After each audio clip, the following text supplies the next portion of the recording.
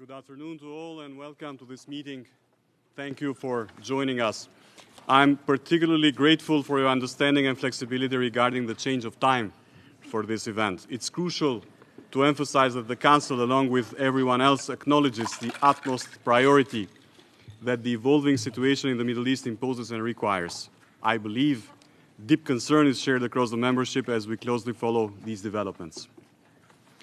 Dear colleagues, I'm honored to introduce the Security Council Arria Formula meeting on preventing and responding to conflict-related sexual violence. I'm joined here by distinguished ambassadors of the United Kingdom and the United States who are co-organizers of this Arria meeting on this very sensitive topic.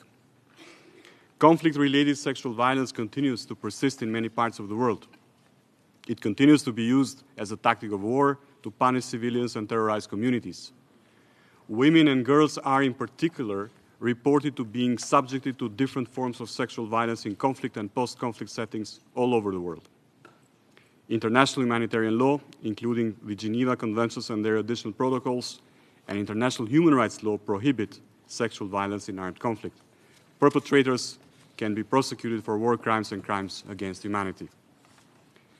As we have stated in our concept note circulated before this meeting, our objective today is to keep the attention and engagement of the Council on the need for stronger unified action against conflict-related sexual violence, address the phenomena of impunity and its direct link with the persistence of this crime in different conflict situations, and raise awareness of the need to strengthen national and international mechanisms in the prosecution of the perpetrators, as well as make justice more accessible for survivors.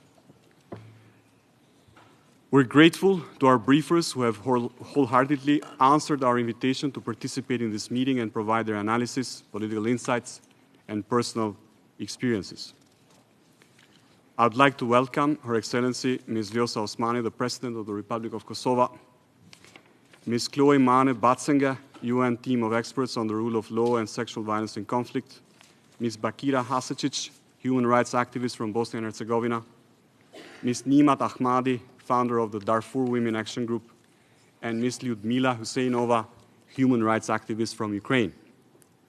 And without further ado, I would like to give the floor to President Osmani. Please, President, the screen is yours. Thank you very much, dear Minister Hassani, dear organizers, ladies and gentlemen. During 1998-1999, Kosovo was a target of a brutal and a genocidal war committed by the Milosevic regime. Amidst the deafening sounds of artillery and the painful silence of the aftermath of the war, emerged a staggering reality: thousands of survivors of sexual violence in war.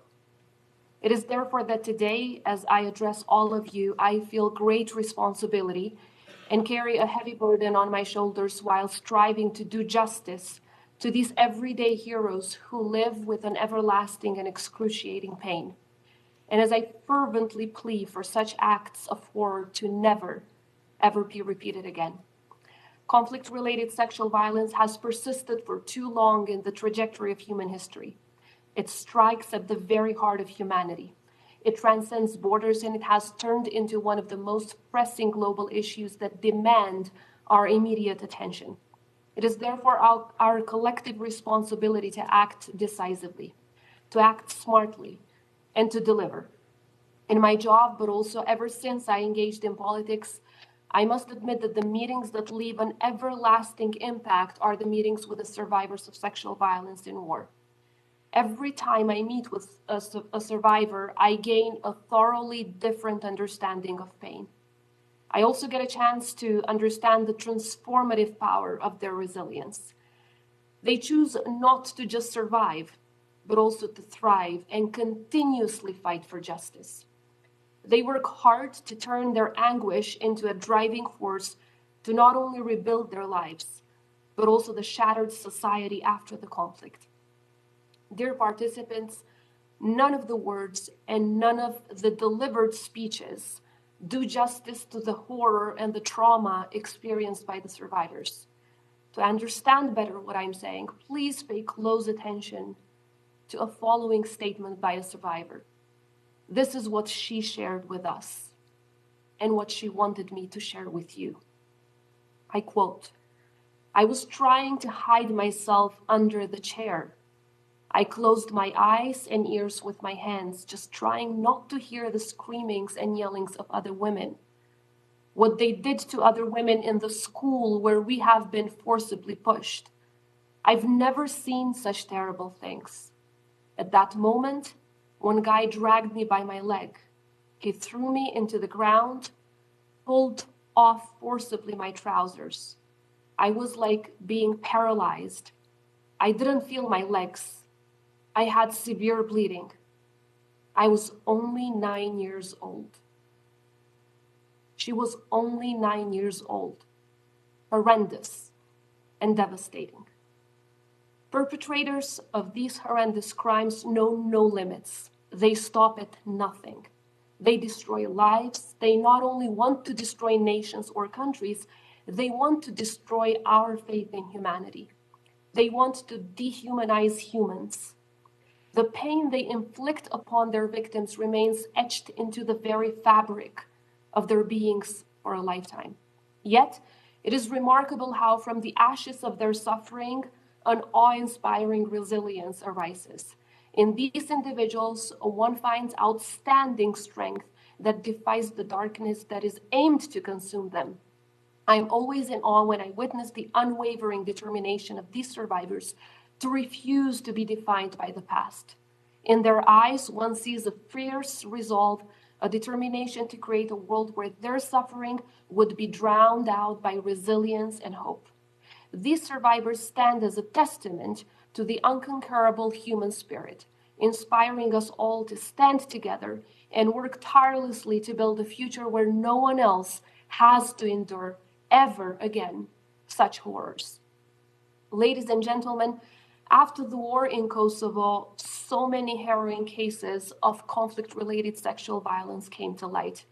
Those helped us with shedding light on the brutal tactics employed by Milosevic's regime. Numerous reports documented widespread rapes and sexual torture. Such appalling acts of sexual violence were used as tools of intimidation and demoralization, but equally so as tools of ethnic cleansing and genocide, aiming to drive the Kosovo population out of their homes.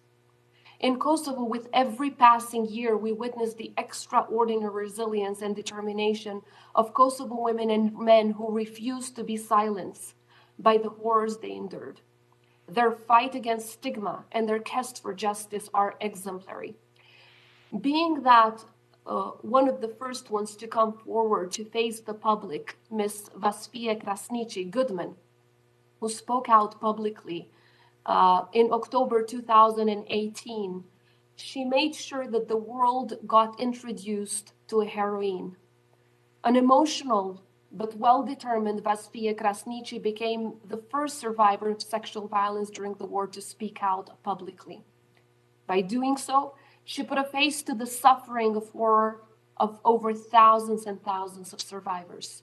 She became the face of their struggle and the symbol of their quest for justice and their unmatched determination to turn sorrow into hope.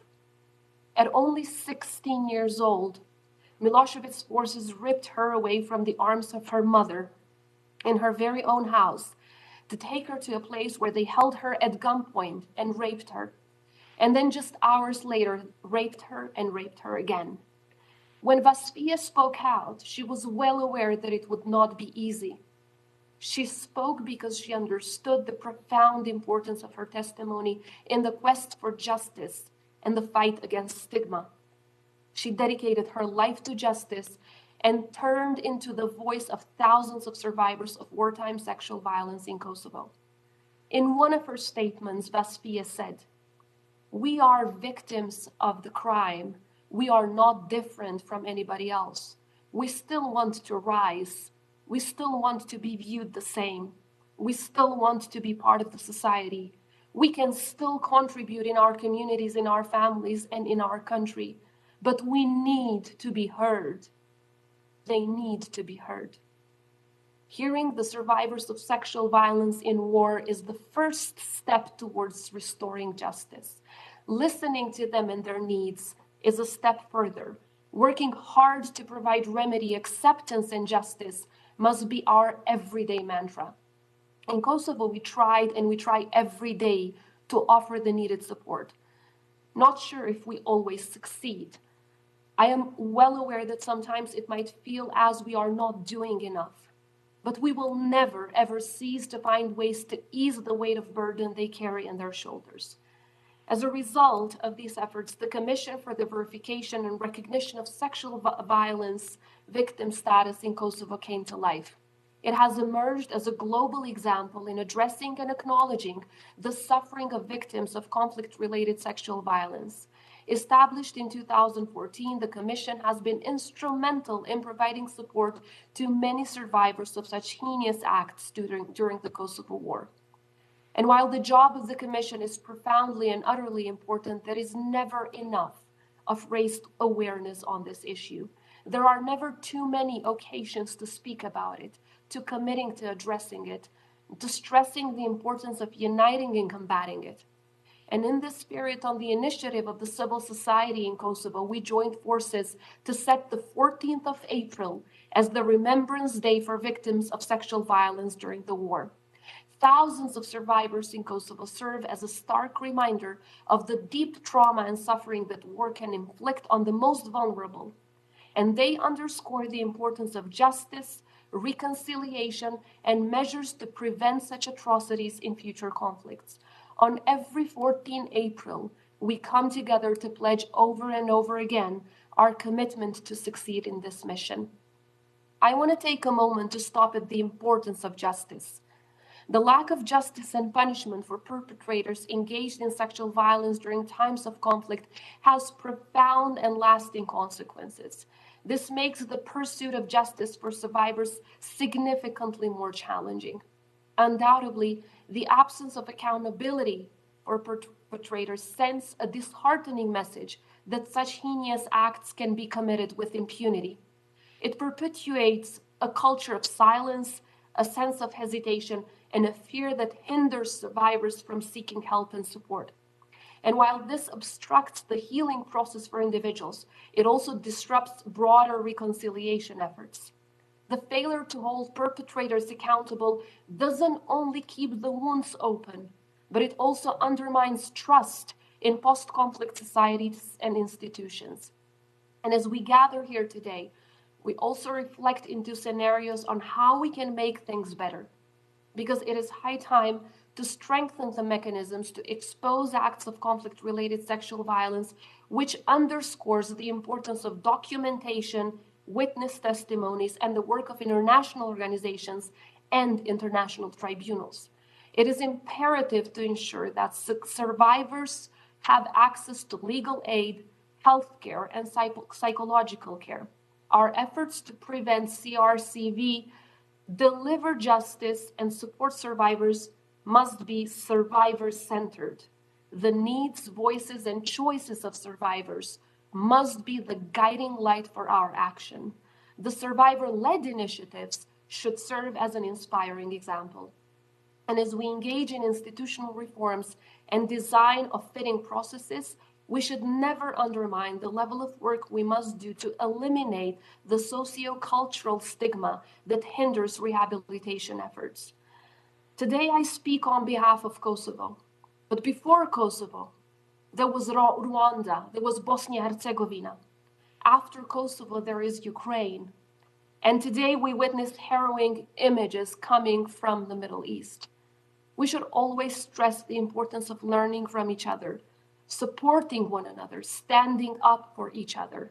This will always be our focus in Kosovo as we support women organizations from all of these countries. If we only remain bywatchers, history will revenge against us.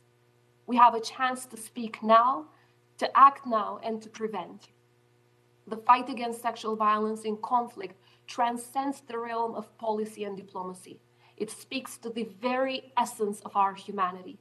It is a battle we must wage with unwavering determination, as through it, we are defending not only lives, but the core, the very core of our values.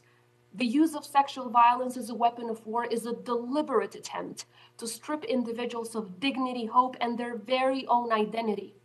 And to combat it, is to stand firmly against those who seek to exploit the most vulnerable. Kosovo has and will always walk the talk, always. From hosting one of the first major conferences on conflict-related sexual violence with participants from post-conflict countries such as Mali, Guatemala, Colombia, Ukraine, and many others, to putting the prevention of conflict-related violence at the heart of discussions in the next International Women, Peace and Security Forum to be held next year in Pristina, Republic of Kosovo. Our fight is a testament to the values we hold dear: justice, compassion, and equality. Our determination to eradicate this heinous practice is not just a policy imperative. It is a moral duty, a testament to our commitment to a world where the horrors of war can never stain the sanctity of human dignity. Thank you very much for your attention. I thank President Osmani for her remarks. The work of your country, dear President, that you have done, and your personal commitment to supporting survivors of conflict-related sexual violence by invoking all tools available, including legal, policy, diplomatic, and financial, to break the vicious cycle of impunity and provide the necessary services to survivors is truly remarkable. Now I give the floor to Ms. Chloe Marnay-Baszanger to provide her insights on the matter. Please. Thank you, Mr. President. On behalf of the Special Representative Pramila Patten, who regrets not being here with us today, I would like to thank the government of Albania and its co-sponsors for convening this Arria formula meeting on preventing and responding to conflict-related sexual violence, and for giving the office the opportunity to speak before you today. The use of rape as a tactic of war, torture, terror, and political repression has been history's most hidden crime and cheapest weapons. It destroys individuals, tears the fabric of families and communities, and creates generational trauma. Sexual violence in conflict has been called the world's least condemned crime of war due to chronic underreporting arising from fear of reprisal, profound trauma, inadequate legal frameworks and support services, and often the lack of political will, capacity, and resources to investigate and prosecute. Sadly, in his annual report to the Security Council this year, the Secretary General features 20 country situations and 49 parties listed in his annex. Many of those listed are repeat offenders. Mr. President, Excellencies, ladies and gentlemen, in the face of these atrocities, we've been asked what the Security Council can do further to address sexual violence in conflict. At this stage, the normative framework by the Council is clear and categorical. Sexual violence is a threat to international peace and security. It is a war crime, a crime against humanity, and a constituent act of genocide, and perpetrators must be held accountable. In 2024, the mandate will commemorate its 15-year anniversary.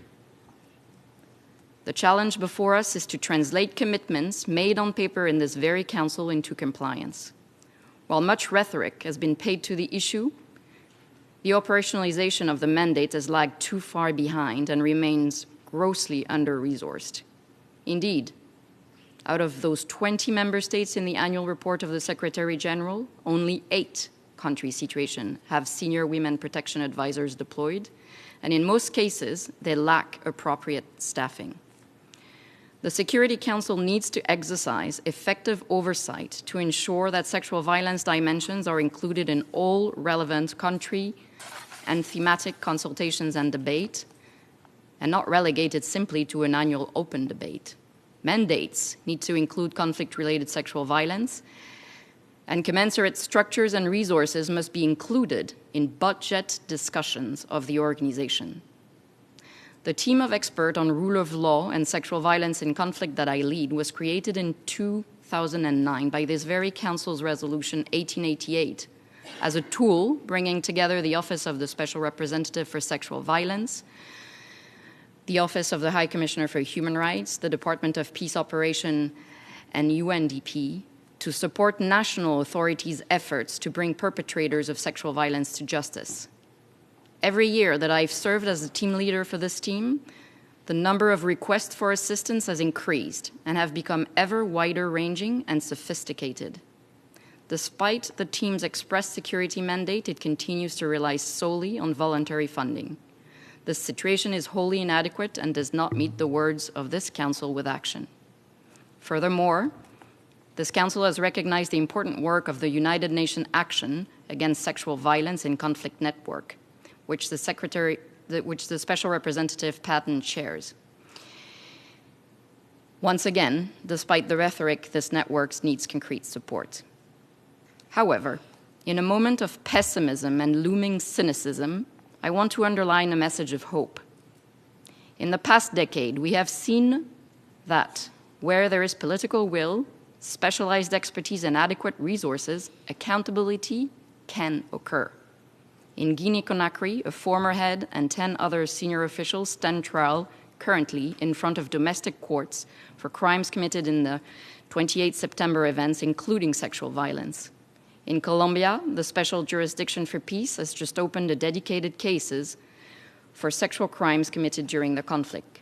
Likewise, in the Democratic Republic of the Congo and the Central African Republic, domestic and hybrid courts have adjudicated sexual violence crime as international crimes.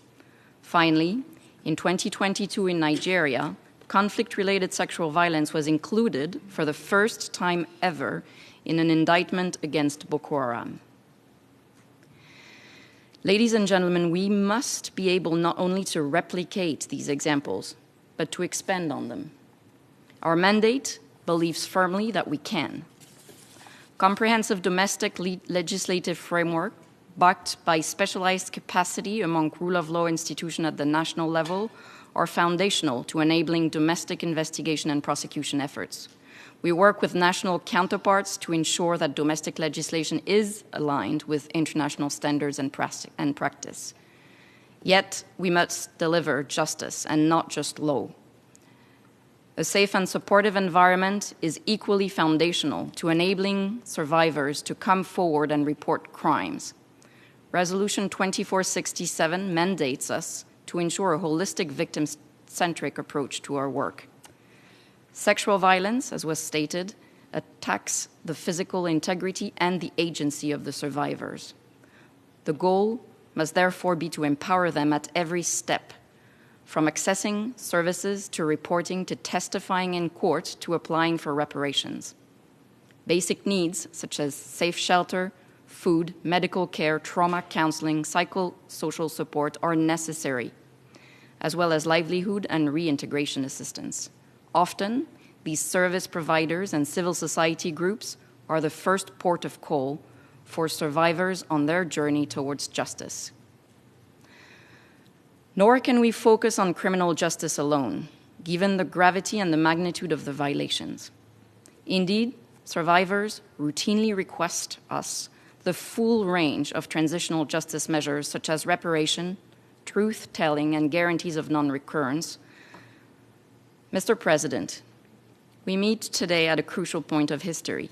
It is in periods of increasing instability that individuals, and especially women and girls, are most at risk for sexual violence.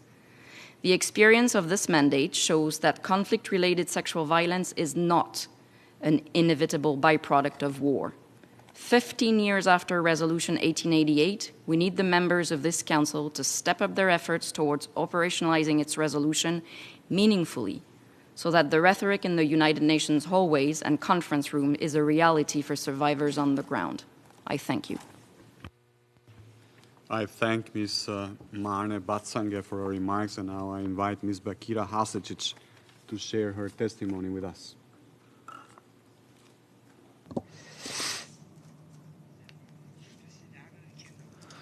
Thank you to the Chair for the opportunity to speak. Before I start my speech, I come from Visegrad, the city that is at the borders with Serbia, and I'm one of the thousands and thousands of raped women. My daughter had 19 years, and My other daughter had 16 years. They lived through huge traumas, and thank God we have lived. I'm also the CEO and a founder of the Association Women Victims of War. The Women Victims of War Association was established in 2003 with the aim of supporting survivors of war rape, breaking the silence, helping to uncover the truth, and establishing justice for the victims. Our mission is to empower survivors of rape and sexual abuse to share their individual stories, connect with other victims, and through testimonies and statements, help initiate legal proceedings and break the silence surrounding the horrific crimes committed against us. For us, the truth is crucial. Without it, social healing and the restoration of trust are not possible. One of the primary activities of the Women Victims of War Association is to collaborate with the Prosecutor's Office of Bosnia and Herzegovina, expressing our interest in specific cases and providing information that can be crucial for the legal process, including identifying war criminals in Bosnia and globally.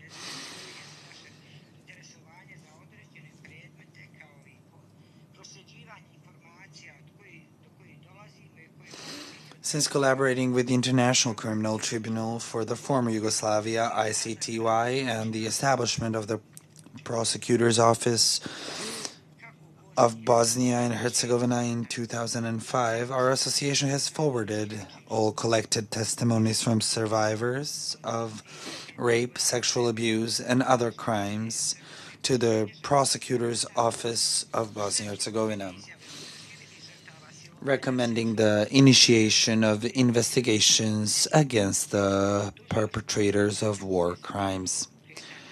Although the opportunity to persecute war crimes in Bosnia and Herzegovina has always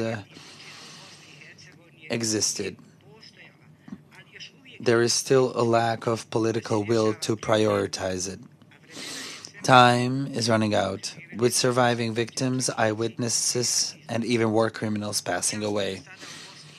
Despite approximately 700 concluded cases of war crimes in Bosnia and Herzegovina, involving around 1,000 individuals, the current state of prosecuting these crimes in Bosnia and Herzegovina and the region is at its worst.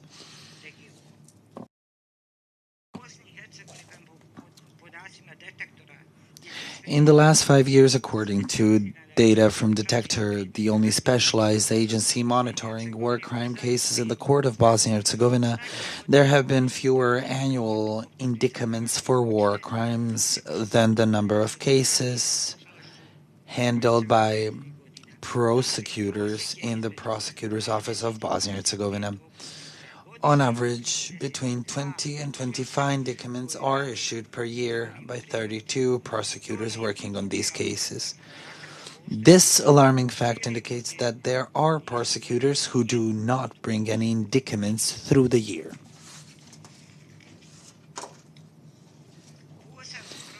A significant issue lies in cases related to war rape and sexual abuse. The ICTY has established in 32 judgments that war rape was used as a weapon of war and crime against humanity in Bosnia and Herzegovina. The Court of Bosnia and Herzegovina had issued at least 30 judgments for rape and over 50 with elements of sexual abuse. However, these cases, according to analysis from organizations such as our association or Trial International, are marked by numerous problems. One major criticism pertains to the support system for victims of war, rape, and abuse. Although the Court of Bosnia and Herzegovina has a department for witness support, it operates exclusively within the courtroom, Once the witness leaves the courtroom, this support ceases. The court needs us when we're at court. When we're not at court, we're no longer needed and nobody cares for us. The treatment of compensation claims by rape and abuse victim is particularly degrading. If the perpetrator refuses to pay compensation, the victim must file a lawsuit for enforcement. This process involves weaving protective measures and undergoing a lengthy and arduous legal battle in a politicized and slow judiciary. Consequently, almost no victim has received any damages. In contrast, the state readily covers the defense costs of the accused and those acquitted, exempting them from any compensation claims.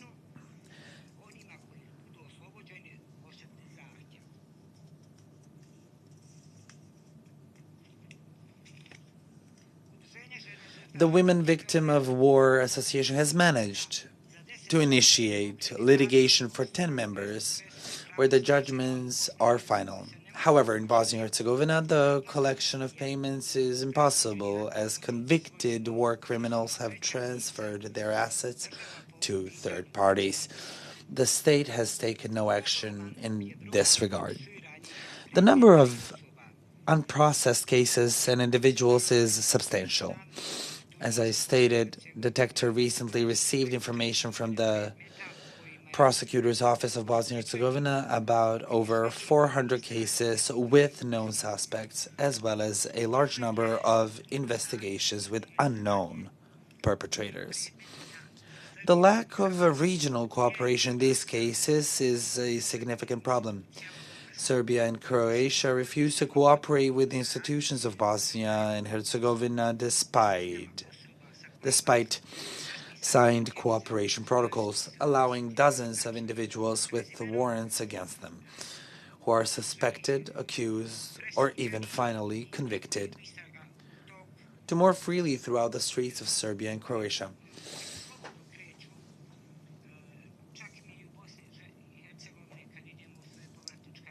Even when we are getting back in Bosnia and Herzegovina,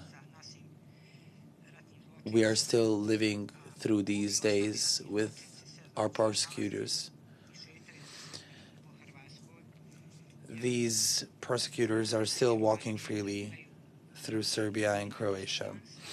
A lot of them have double citizenship, and when they believe that they will be persecuted, they can legally cross the border or the woods to the Serbia or Croatia, and nobody's looking for them.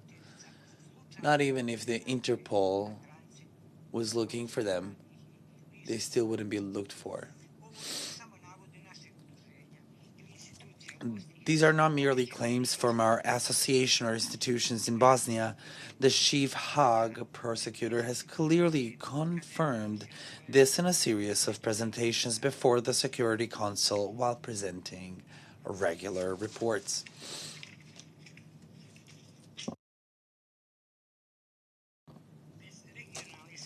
Without regional cooperation, the persecution of war crimes will remain an unresolved issue indefinitely, and time is running out. It is essential for the international community to exert significant pressure on the Prosecutor's Office of Bosnia and Herzegovina and other institutions in our country to adopt a new strategy for the persecution of war crimes and to adhere to it. For over years, this strategy in Bosnia and Herzegovina, the previous strategy, has not worked. Additionally, it is crucial to ensure pressure on Serbia and Croatia to cooperate in these cases involving their citizens on their territories. Without these actions, there will be no justice.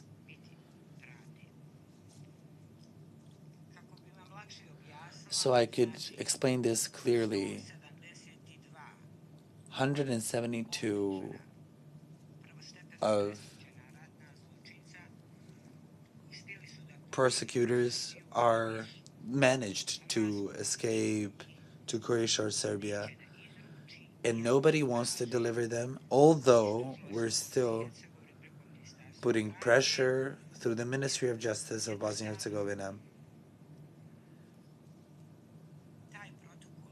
Simply put, the protocol that was signed in 2013 and our association was working with it, we know what are their addresses. We simply need help from legal organization, and I would go personally and take this person to the face of the justice. We refuse to allow our hearts and souls to remain trampled and ourselves humiliated. Each unpunished perpetrator of this heinous crime is an effort to all of us and a betrayal of the commitment we made to protect civilians, women, and children. Justice is the minimum guarantee of our human rights. I need to express gratitude to all the survivors of sexual rape, including men and women. We came together and we wanted to put through the law that protects civilians and the victims of war in Federation of Bosnia and Herzegovina. However, in Republic of Serbia, the politics do not want to bring any law on a state level. When it comes to me directly, I feel huge amounts of pain in talking about this. I remember the times when I used to wash myself to clean the dirt that I had on me. I cannot erase this stigma from myself. I plead you to help all the women. And while I'm alive, I will never say the sentence, "May it not repeat to anyone." This is happening to us every day. I'm in compassion with all the victims, regardless of their nationality, which means there is no difference between us. Thank you for listening to me.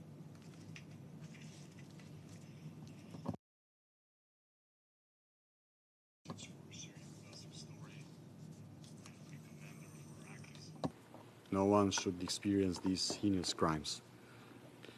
I am now inviting Ms. Niemat Ahmadi, the founder of the Darfur Women Action Group.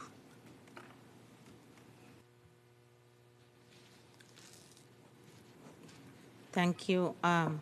Good afternoon, everyone. I would like to thank the government of Albania and the sponsoring mission for this opportunity. I'm exceedingly delighted to have this opportunity to address you, Your Excellencies, today, to bring to your attention not only the horrifying realities of lives of the women in Sudan, but also the resilience of the Sudanese women, men, and children who have endured unimaginable horror and yet continue to rise. From my address today, I would like to recognize the women of Sudan who continue to suffer in the refugee camps in the neighboring countries. Two women groups that I'm proud to be a part of, the Darfur Women Voices and Sudanese Women Against War, who have been working tirelessly day and night to document atrocities, giving hope to our community that solutions can be made.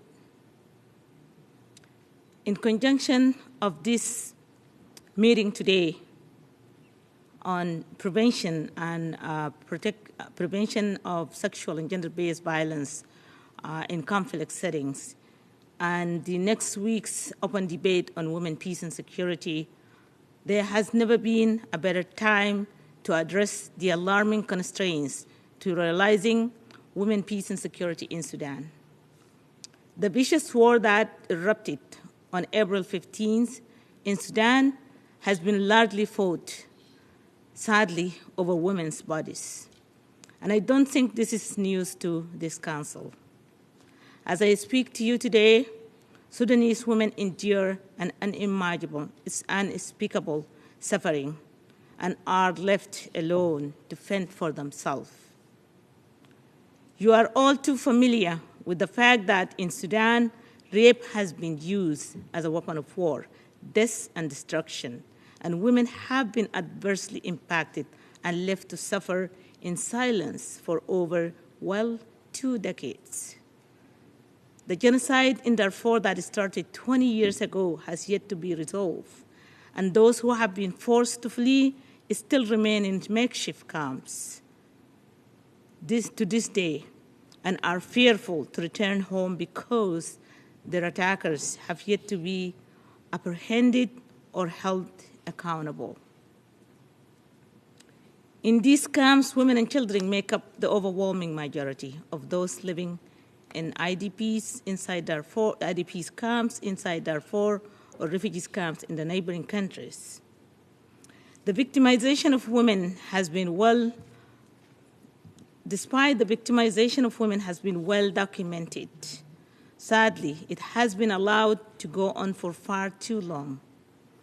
During the long-standing genocidal attack in Darfur, years after years, women have been systematically targeted for rape, humiliation, degrading treatment in a calculated strategy to strip away their dignity and break the will of their families and their society.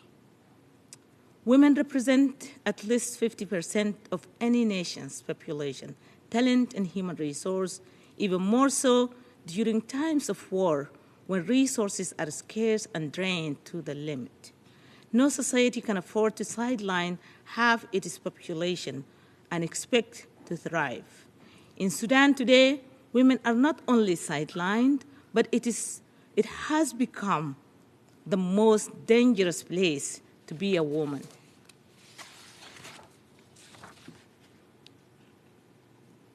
Sign of progress was in 2009 in the ICC arrest warrant against former president of Sudan, al-Bashir, when the ICC has cited that rape has been used as a tool of genocide. We were pleased by the recognition of this heinous crime, as it was a step forward finally to addressing this deadly phenomena and stopping it. Nonetheless, the immunity for al-Bashir, the man who masterminded the Darfur genocide and the attacks on women, has made it nearly impossible for women to have the opportunity to tell their stories in a court of justice or restore their dignity, because he is at large as a fugitive today and continues to undermine the authority of this esteemed Security Council.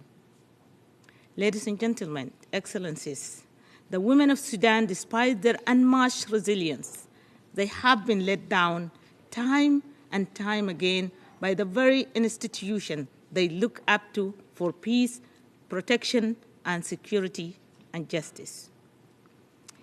In Darfur, women, despite their long suffering, have demonstrated outstanding leadership, courage, and resolve, taking charge in addressing their issues and communities, serving as a spokesperson, healing communities, and fighting for their right.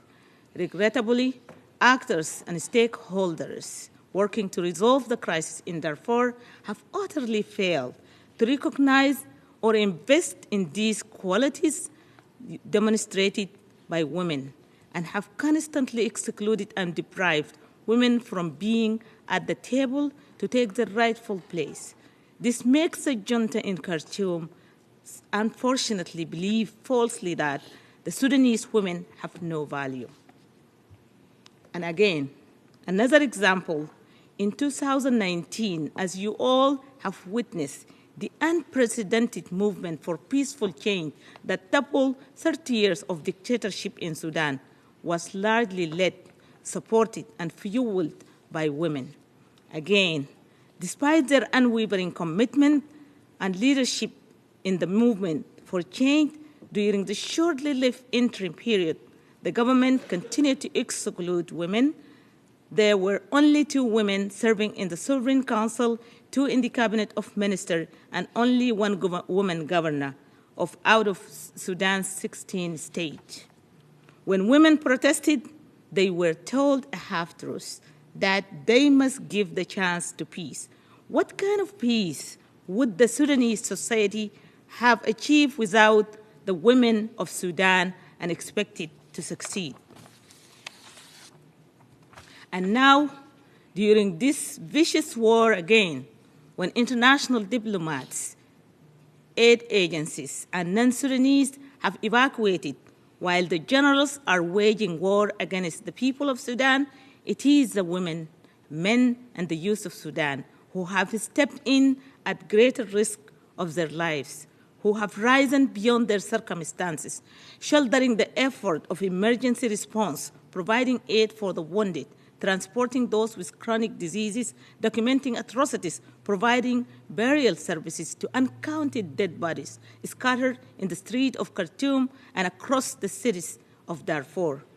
Today, Sudan does not have a functioning government in over 80% of its territories, but the women and youth of Sudan are the ones who are governing today. You can disagree with me, but I would challenge. Governing to me means attending to the basic need of your society and providing protection and safety net for citizens to live in peace.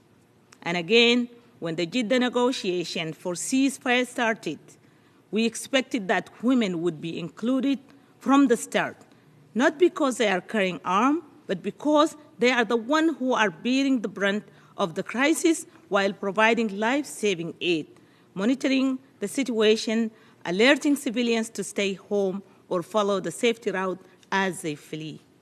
Your Excellencies, despite the challenges, I would like to recognize the UN Security Council effort in advancing protection for women and advancing women peace and security in conflict setting. However, I believe there is a need for paradigm shift in our approaches to addressing these issues. It has been 2 decades since the Resolution 1325 was adopted, followed by Resolution 1820, 1888 to advance women's peace and security agenda and to prevent sexual and gender-based violence in war zones, respectively. While there has been progress in some situations, the promise of this great instrument has not fully materialized in places like Sudan, particularly at the grassroots level. This instrument can be effective only in post-conflict setting, but in midst of war, we need to use other tools that Security Council has at its disposal to create an enabling environment for this instrument to be enacted.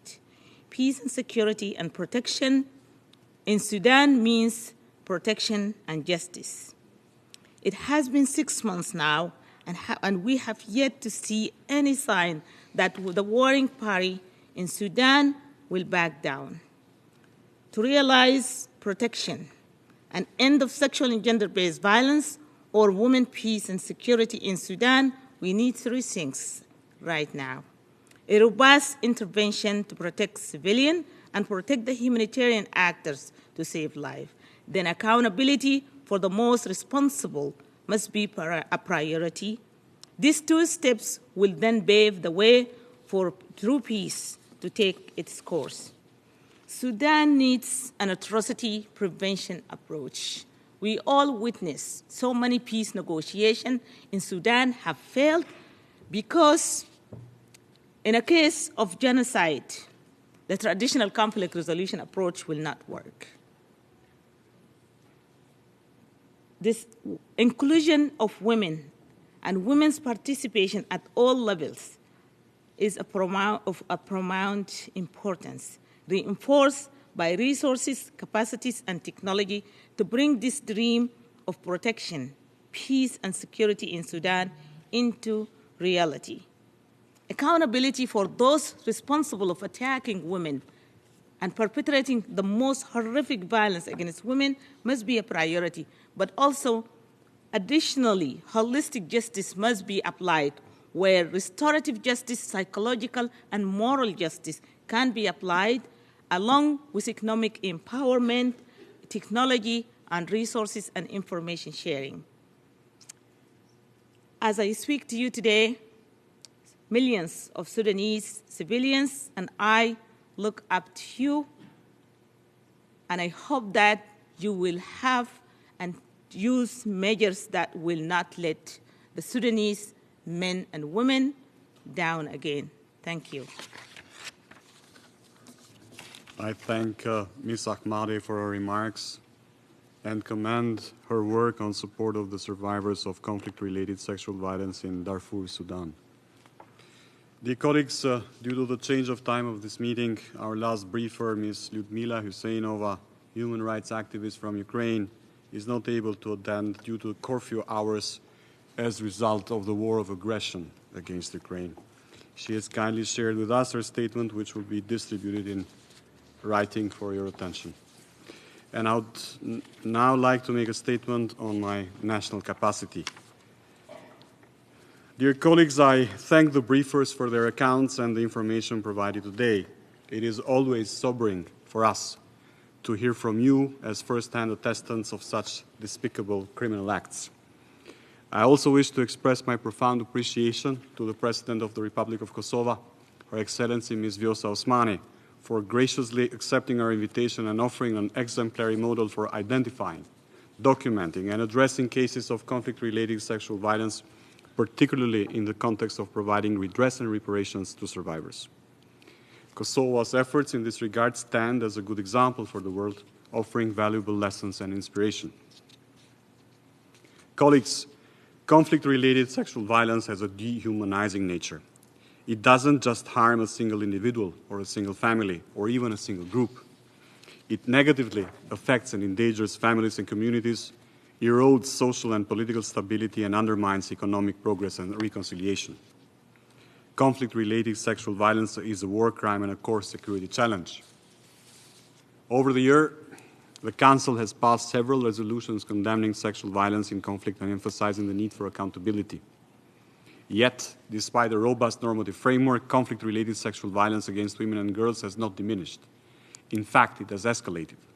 Sexual violence continues to be used as a tactic of war and terror to punish civilians and terrorize communities. In Ukraine, reports of women and girls raped by the Russian aggressors remain a painful and appalling testimony of the usage of sexual violence as a tactic of war and its destructive force in society. In Sudan, South Sudan, Mali, Central African Republic, Democratic Republic of the Congo, Afghanistan, Myanmar, Somalia, Syria, Libya, and Yemen, women continue to be objects of different forms of conflict-related sexual violence. Despite clear condemnations and calls for prosecution, many individuals responsible for sexual violence continue to evade justice. This impunity perpetuates a culture of violence and undermines efforts to eradicate this scourge comprehensively. In this respect, we must also think of those innocent women that are abducted by the terrorists of Hamas, held somewhere in Gaza under appalling conditions. We call for their immediate and unconditional release. Colleagues, coming from a region that not too long ago bore witness to major conflicts and immense human suffering, a somber reality echoed in the reports we've received today. Conflict-related sexual violence represents a grave violation of our shared humanity, and it must not and shall not be tolerated as an inevitable byproduct of warfare. The staggering prevalence of such heinous acts, with Kosovo alone estimating that thousands of women and girls have endured sexual violence, has left deep and lasting scars. Left unaddressed, these wounds have the potential to obstruct reconciliation efforts and the restoration of lasting peace and security. And for these compelling reasons, Albania remains steadfast in its commitment to advocate for the voices of survivors to be heard, for the perpetrators to be held accountable, and ultimately for justice to serve as the bedrock upon which we can construct a peace that endures through time. The lack of accountability and recognition of such crimes remains a devastating legacy of all brutal conflicts everywhere in the world. If we want to properly prevent and respond to these horrible crimes, we need to do more, at least in three main areas. First, we must prioritize prevention and accountability. Conflict-related sexual violence is preventable and punishable. There is a direct link between impunity and the persistence of conflict-related sexual violence. Ensuring accountability and putting an end to impunity for violations and abuses must be a priority for all of us, both inside and outside the Council.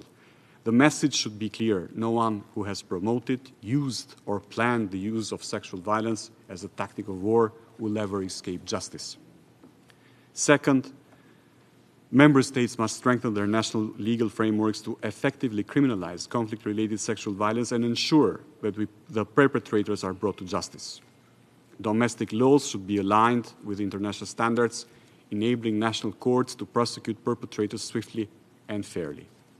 And third, redress and reparations of the victims. Our efforts to address these heinous crimes must follow a survivor-centered approach, as outlined in Security Council Resolution 2467, to support victims to become survivors who are empowered to engage in political life and decision-making survivor-centered responses to those crimes.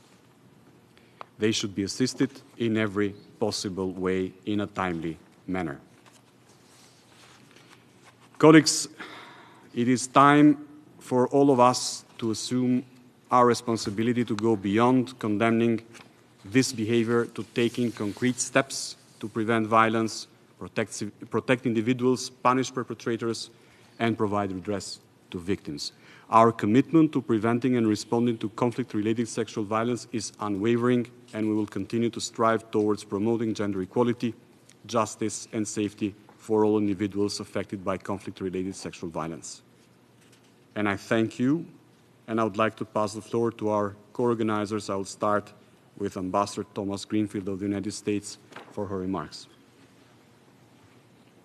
Let me start by thanking Albania, Minister Hassani, Ambassador Huxa, for convening this important meeting and for your leadership in preventing sexual violence in conflict.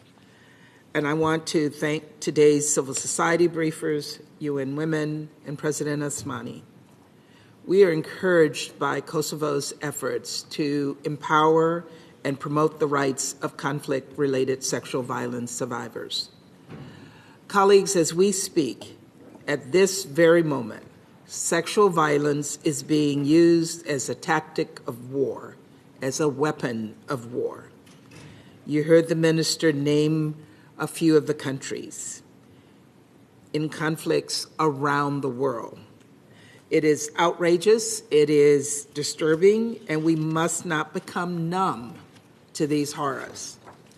And let me be clear, conflict-related sexual violence is not inevitable. It can and must be stamped out. And to that end, we believe all UN member states must work collectively on three lines of effort. First, the United Nations and its member states must apply conflict-sensitive and participatory gender analysis to our interventions. We know from countless studies that CRSV is rooted in gender inequality, and that gender-based violence can often be an atrocity itself, as well as an early warning sign for the onset of other atrocities. We must continue to promote the full, equal, and meaningful participation of women and girls in all their diversity in decision-making roles at all levels. Second, we must adopt a survivor-centered and trauma-informed approach and create a supportive environment in which survivors' rights are respected, re-traumatization is avoided, and survivors are given the resources they need to thrive. Third, we must do more as a global community to promote accountability for those responsible for CRSV. Survivors of sexual violence and conflict deserve access to survivor-centered, trauma-informed justice mechanisms so that they can secure accountability for the harms perpetrated against them. We must all use every legal, policy, diplomatic, and financial tool we have to fight against impunity for perpetrators and to deter future acts of violence. In early September of this year, I visited Chad, and I went to the border of Sudan, where I met with young women who were the victims of sexual violence. And one young woman told me, and I can't ever erase it from my mind, that she had lost her ambition after what happened to her. And no one should lose their ambition. They should not lose their sense of hope because of rape. So we need to hold those accountable who commit these horrendous acts. And I want to thank very much Ms. Ahmadi for your work to bring the voices of the women of Darfur to this council, to ensure that we don't forget, ensure that we hold those who commit those acts accountable. For our part, the United States is committed to exercising existing authorities to impose sanctions and implement visa restrictions in order to promote justice and accountability. And when I was in Sudan, in Chad in September, I did announce sanctions as well as visa restrictions against those who carried out these acts of violence in Darfur. And we're proud to support the SRSG's Office on Sexual Violence and Conflict and encourage other member states to contribute. Colleagues, the world's most vulnerable, women who are victims of rape, are counting on us. Those trapped in conflict zones who deserve peace and justice. So let us raise our voices on their behalf. Let us give voice to their voices in this meeting, and let us act with urgency. Thank you, Mr. President. I thank Ambassador Thomas Greenfield for her powerful remarks, and I will give the floor to our other co-organizer, the representative of the United Kingdom, Ambassador James Kariuki. Thank you, Foreign Minister Hassani, for organising this important event, which the United Kingdom is grateful to co-organise alongside Albania and the US. And thank you also to President Osmani and all our briefers for their powerful remarks on the horrors of conflict-related sexual violence and the need for robust international action. In July, at the open debate on CRSV and as part of the UK presidency, the Security Council again heard powerful statements from a survivor, a human rights activist, and SRSG Pramila Patten on the urgent need for justice to address these crimes. The message delivered then by Lord Ahmed, my Prime Minister's Special Representative on Preventing Sexual Violence in Conflict, was clear. The Security Council and the wider international community must do more to close the gap between the strong normative framework on CRSV and the realities on the ground. This includes implementing this Council's resolutions, such as Resolution 2467, which calls for a survivor-centred approach. It includes mainstreaming a gender perspective into peacekeeping operations. And it includes using this Council's sanctions to deter perpetrators. The UK is working to close the gap between resolutions and reality. We have partnered with the Mukwege Foundation to produce a new guidebook on state obligations for CRSV. We encourage all states to use this tool to understand their commitments, and civil society and survivors to use this tool to hold states to account. And we are building on last year's International Conference on Sexual Violence in Conflict in the UK by hosting a high-level meeting of the International Alliance on Preventing Sexual Violence in Conflict in the coming days. Since the conference, the Alliance has grown to 25 members, and it is vice-chaired by the governments of Colombia and Ukraine. Together, we will amplify survivor voices, share expertise, and strengthen international action. Mr. President, wherever sexual violence and conflict occurs, it is our moral duty to stamp it out.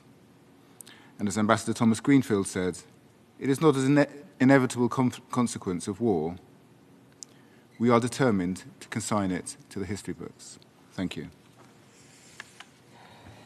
I thank Ambassador Kariuki for his statement and the unwavering support that the UK is providing to this topic. Now I'd like to give the floor to the Security Council members to provide their remarks. Following the order of registration, let me now give the floor to the representative of France. Merci, Monsieur. Thank you, Chair. I'd like to thank His Excellency Ms. Osmani, President of Kosovo, as well as all the other briefers for their presentations and their testimony. I'd also like to thank Albania, the UK and the US for organising this meeting, as well as their commitment to the Women, Peace and Security agenda. One of the pillars is indeed the prevention of conflict-related sexual violence. The briefers said there are too many theatres of conflict. Sexual violence are on the increase, and the perpetrators of this violence go largely unpunished. In Sudan, we've seen, particularly in Darfur, numerous women and girls who were displaced, then assaulted, kidnapped or raped. In the war waged by Russia against Ukraine, Russian forces are deliberately committing sexual violence against civilians and prisoners, turning to this kind of violence as a method of war. We can and must act in a specific and concrete way against this violence. In this connection, I'd like to make 3 points. Firstly, we must strengthen our alert capacity and how we carry out impartial and independent investigations into conflict-related sexual violence. When faced with stigmatization and silence, we need to double our efforts to record these cases. Secondly, we must also strengthen our efforts to fight impunity for those responsible for sexual violence, so their acts have consequences. This is a requirement for justice for the victims, as well as an essential element of the process of reconciliation and repair of the social fabric. The Security Council must use all the tools it has available to dissuade and punish those perpetrators and who use sexual violence as a weapon of war. For example, putting sanctions in place more often. We welcome in this connection the work of the International Criminal Court on sexual violence and their intention to investigate violations committed in Darfur during the conflict that is raging there. Ms. Osmani, in her briefing, illustrated the long path towards justice, and which requires decisive efforts on all levels. Thirdly, we must improve the care for victims of sexual violence, including when legal procedures are not accessible or are blocked. This kind of care also involves access to essential healthcare services, including sexual and reproductive health. I'm thinking particularly to access to emergency contraception and complete abortion care. In this connection, France has since 2020 has been supporting the Global Fund for Survivors of Conflict-Related Sexual Violence to a tune of €8.2 million. This foundation was co-founded by Dr. Mukwege and Nadia Murad, who were Nobel Prize laureates in 2018. We call on all countries to politically and financially support this kind of initiative. Chair, on all of these points, we reiterate the full support of our country to the mandates of the Special Representative of the Secretary General, Ms. Patton, and the team of experts created by Resolution 1888, who will do a remarkable job. France, since 2019, has been supporting a feminist form of diplomacy and is implementing its third National Plan of Action on Women, Peace and Security agenda. We will continue to support making available necessary resources for crises and conflict, including through our support fund for feminist organisations. And we've increased the funding for this to €250 million over the next 5 years. We will continue to call to ensure that the fight against conflict-related sexual violence is a priority, as we come up to the Summit of the Future in 2024 and the 25th anniversary of the Women, Peace and Security Agenda in October 2025. Thank you very much. I thank the representative of France and now give the floor to the representative of Japan.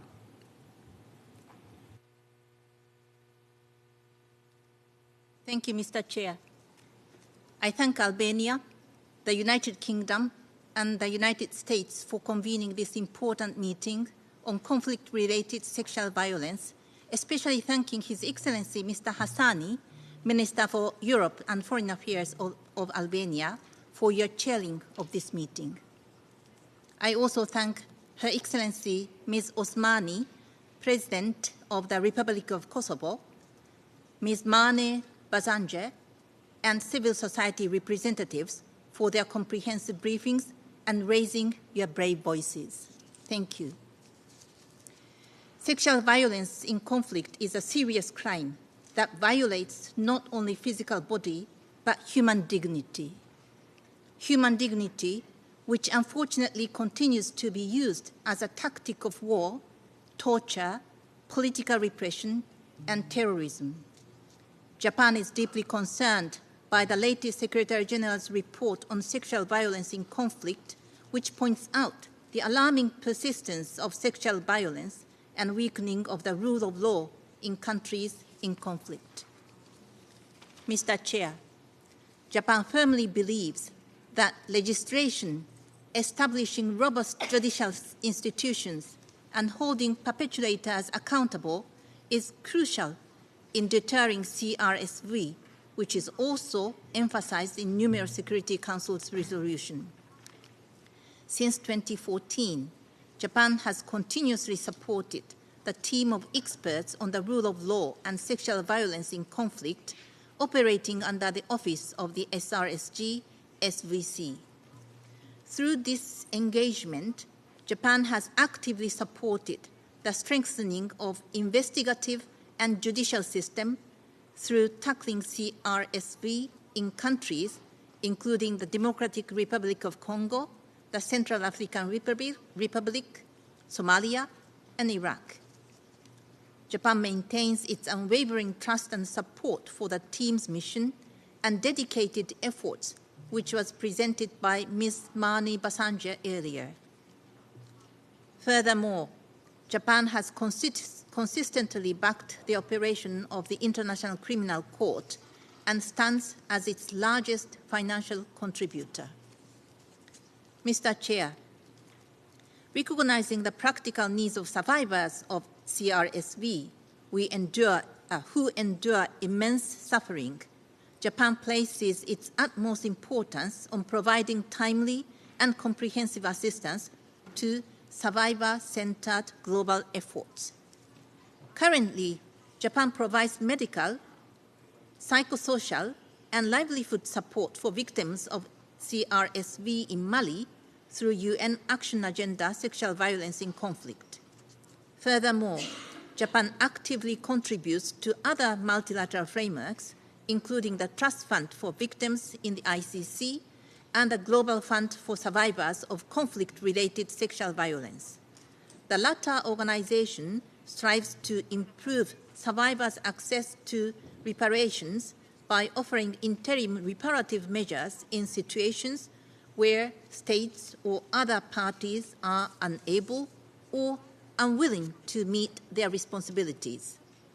I invite other member states and stakeholders to participate in survivor-centered efforts. Mr. Chair, I would like to emphasize that the aforementioned efforts constitute a key component of Japan's third and current National Action Plan of Women, Peace, and Security, which was formulated in close consultation with CSOs and broader public. Furthermore, this current action plan specifically acknowledges the importance of providing support to all survivors, encompassing individuals of all genders. We are committed to the implementation of the action plan in a transparent manner by ensuring periodic external evaluations and feedbacks from civil society. In conclusion, Mr. Chair, Japan will continue to make its utmost efforts to eliminate CRSV together with all stakeholders. I once again thank all the brave briefers and organizers. Thank you. I thank the representative of Japan, and now I give the floor to the representative of Malta. I thank Albania, United States, and United Kingdom for convening this Arria Formula meeting. We appreciate the important remarks given by Her Excellency Ms. Osmani, the UN team of experts on the rule of law and sexual violence in conflict, and the compelling testimonies of the women human rights defenders briefing today. The glaring gap between the Security Council's standards and commitments to prevent and respond to CRSV and the horrifying reality for victims and survivors must close. To this end, I will focus my remarks on measures that Malta believes the Council can take to advance survivor and victim-centred responses to preventing and responding to CRSV. First, we must consult, fund and support women-led organisations so that we understand and respond most effectively to their peace, security and protection priorities, and ensure that women briefers to the Security Council are safe from reprisals. Second, in the context of Council-authorised or supported operations, we must accelerate the deployment of women protection advisors where they are needed. We must include dedicated operational provisions on gender-responsive security and justice sector reform in mandates, renewals, and transition plans. And we must urge all state and non-state parties to conflict to adopt time-bound commitments to prevent and address conflict-related sexual violence and monitor their compliance. Third, by stopping the illicit transfer and trade of weapons and ammunition to non-state actors, mercenary groups, terrorists and individuals, we can counteract the growing links between militarization and sexual violence and exploitation. Finally, the Security Council can more proactively use targeted sanctions against those who perpetrate and direct sexual violence in conflict. These can be effective in deterring violence by all parties, including mercenaries and private military and security companies. More than 70% of the parties listed in the SRSG's report are persistent perpetrators. These verified cases should be aligned with the work of sanctions committees. Their panels of experts should have access to this data and expertise on conflict-related sexual violence. Briefings by the Special Representative on Sexual Violence in conflict to sanctions committees can greatly facilitate this important work. Chair, all member states have a role to play in strengthening accountability and preventing conflict-related sexual violence against men, women, boys, and girls. Furthermore, it is our collective responsibility to prevent infringements on the rights of women and girls and to combat gender-based discrimination wherever it occurs. This cannot be done without responding to the misogyny and institutionalized patriarchal policies and practices that exacerbate structural gender inequality. As a shared commitment holder on women, peace and security, Malta reaffirms its commitment to advancing these priorities. I thank you. I thank the representative of Malta, and I give the floor to the representative of the United Arab Emirates.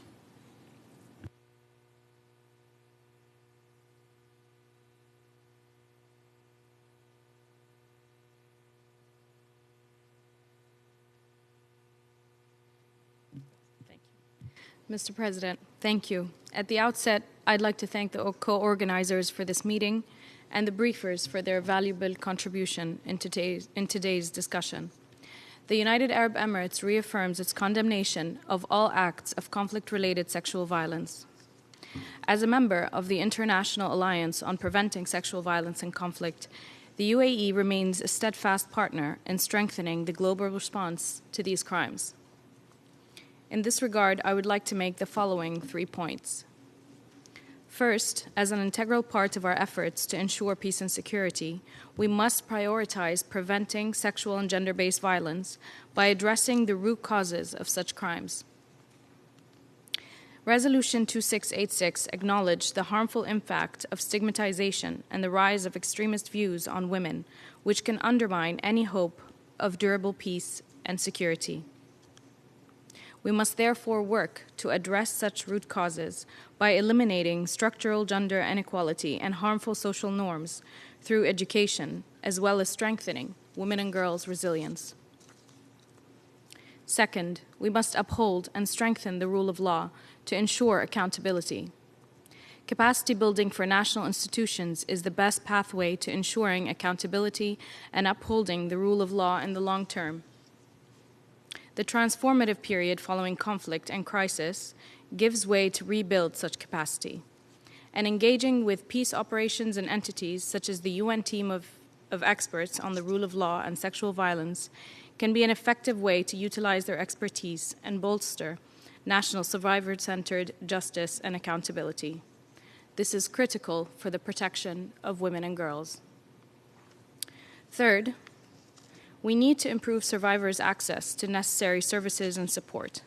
To do so, we must take into consideration the needs of women and girls, from early warning mechanisms to the provision of humanitarian aid. I would be remiss here if I did not mention the desperate need of thousands of women and girls trapped in Gaza, cut off from food, water, medicine, electricity, with no safe place to go. Mr. President, the Council must do more. Thank you. I thank the representative of the United Arab Emirates, and I'll pass the floor to the representative of Switzerland. Monsieur le Président, je remercie l'Albanie. Mr. President, I'd like to thank UK, Albania, and the United States for organizing this event. I want to thank the speakers, and I want to thank you about your courage and the way you've told us about the persistence of sexual violence in the world. They have also described the painful and long-term consequences of these crimes, the lack of progress in terms of prevention, the duty of accountability, but also the lack of funding for these efforts. This is why, Mr. President, I would like to raise the following points. Firstly, it is crucial to take warning signs seriously and use prevention tools.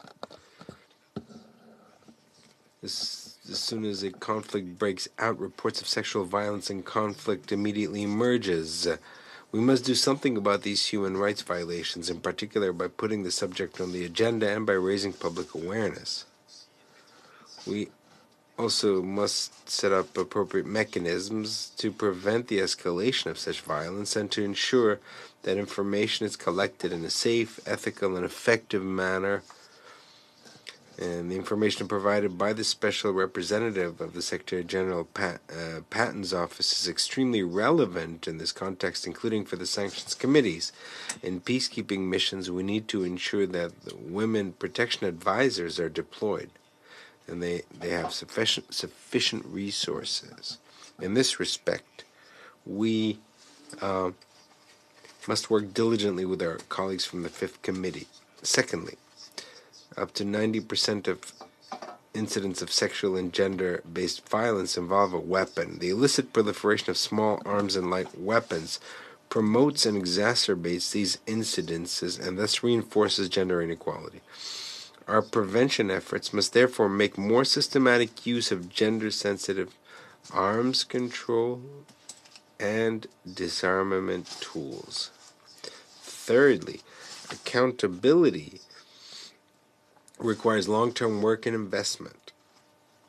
Justice must be guaranteed for survivors. In addition, the criminalization of such acts must be ensured at international and national levels. I'd like to highlight the usefulness of the model legislation and guidance on investigating and prosecuting conflict-related sexual violence published by the Office of the Special Representative of the Secretary General, Madam Patton. The prosecution of sexual violence in the context of terrorism at the global level remains a persistent gap that needs to be filled. To this end, Switzerland is supporting a study on the subject by the Counterterrorism Committee Executive Directorate, CTED, conducted in partnership with the team of experts on the rule of law and sexual violence.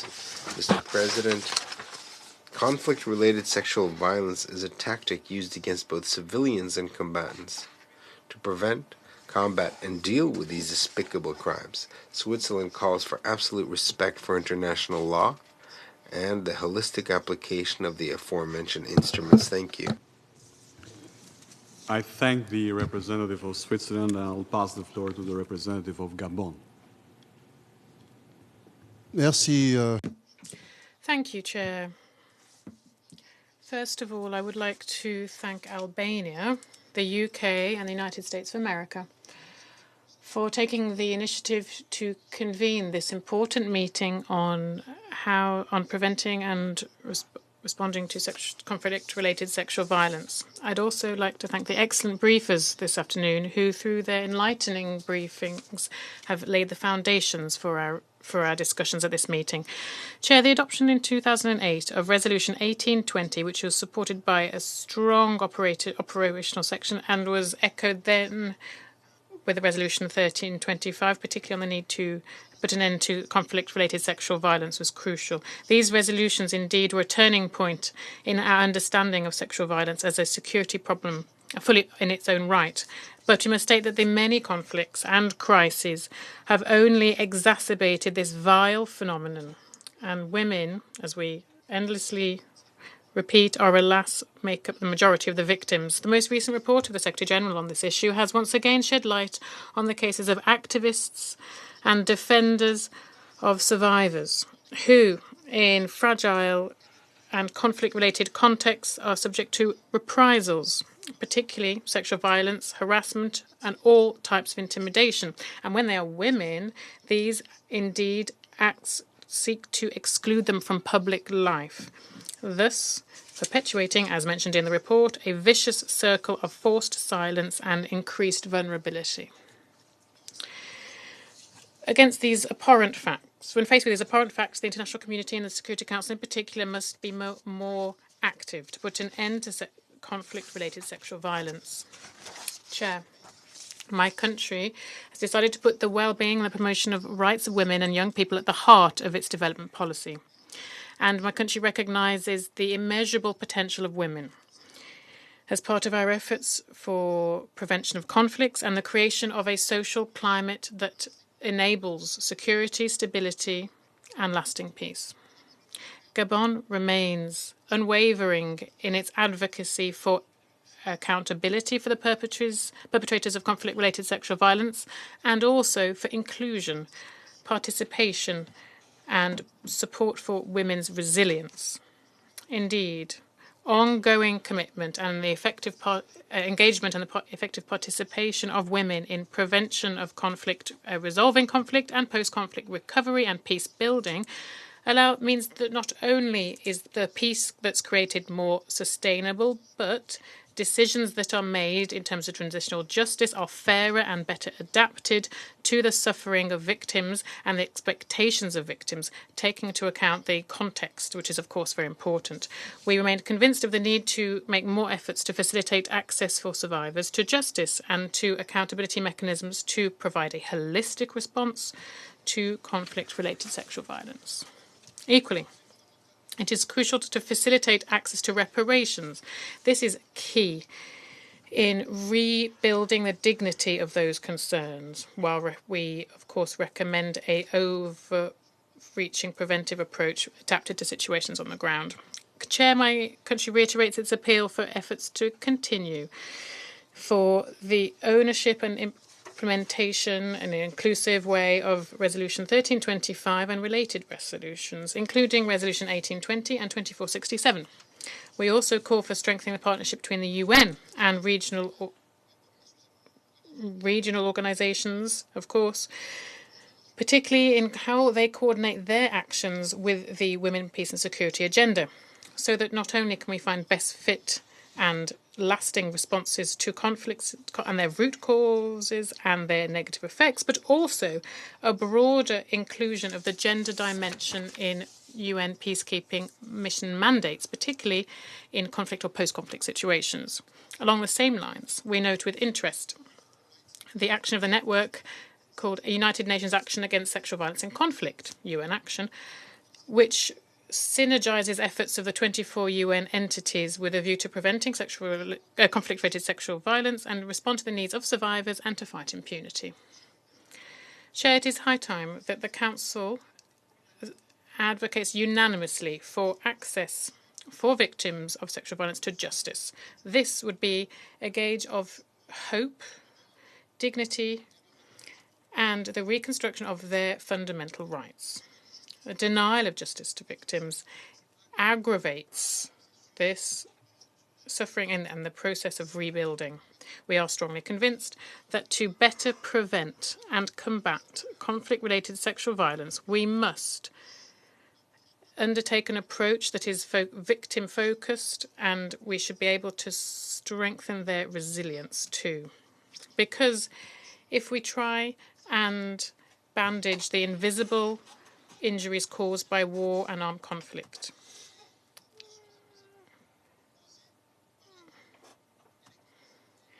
through providing mental health support for victims and psychosocial support that they need so much, then we will be able to achieve our common aspiration of a world living in peace for present and future generations. I thank you very much. I thank the representative of Gabon, and I will pass the floor to the representative of Ecuador.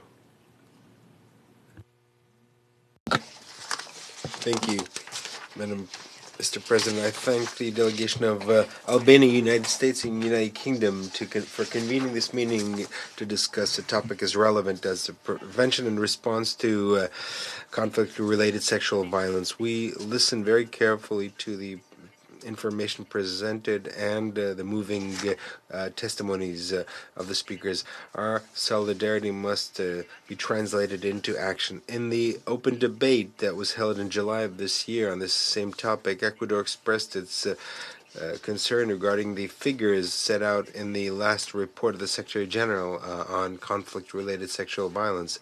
At that occasion, we encourage stepping up the efforts of the United Nations coordinators, regional and national institutions in order to prevent and reduce the use of sexual violence as a tactic of war and conflicts.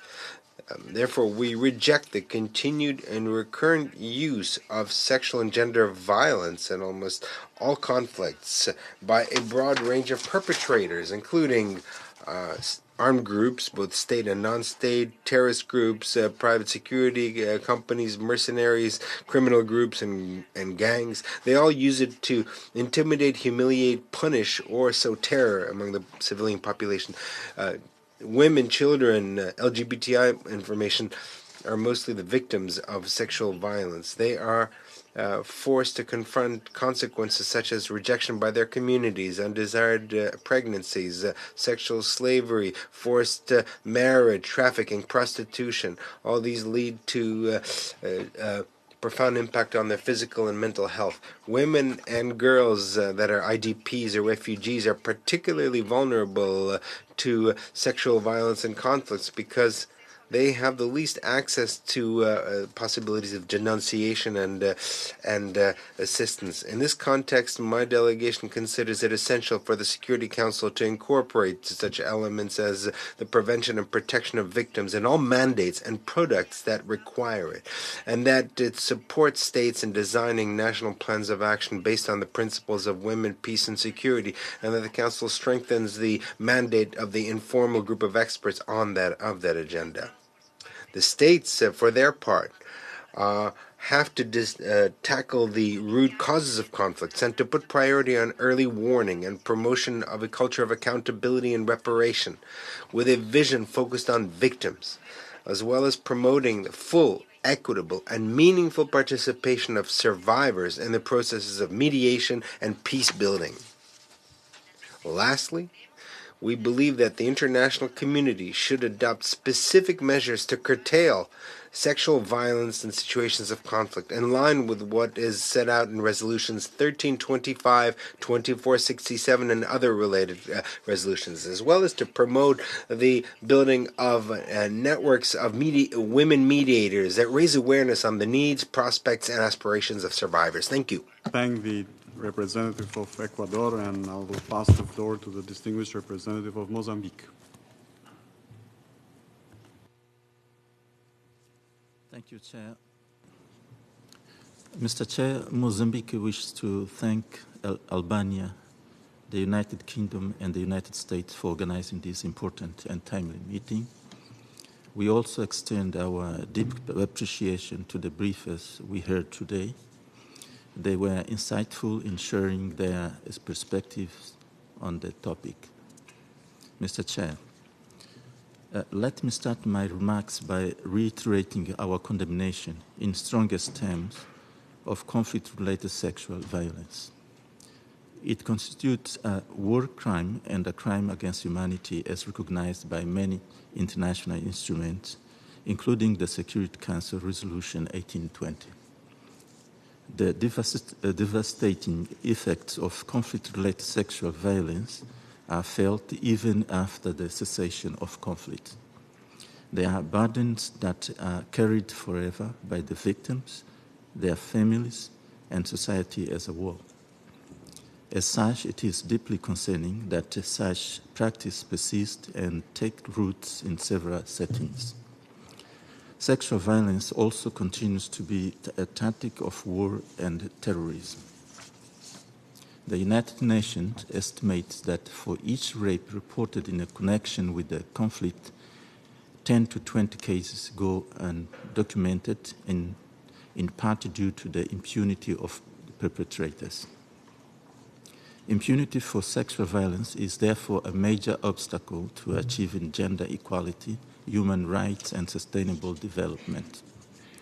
This situation constitutes an alarming reminder to the UN Security Council as the principal organ responsible for the maintenance of international peace and security, of the need to reflect deeply on its role in preventing conflicts and contributing to the cessation of hostilities. All relevant stakeholders are urged to take stock of the existing international, regional, and national tools to tackle the root causes of conflicts. Conflict-related sexual violence cannot be accepted as an inevitable cost of armed conflict.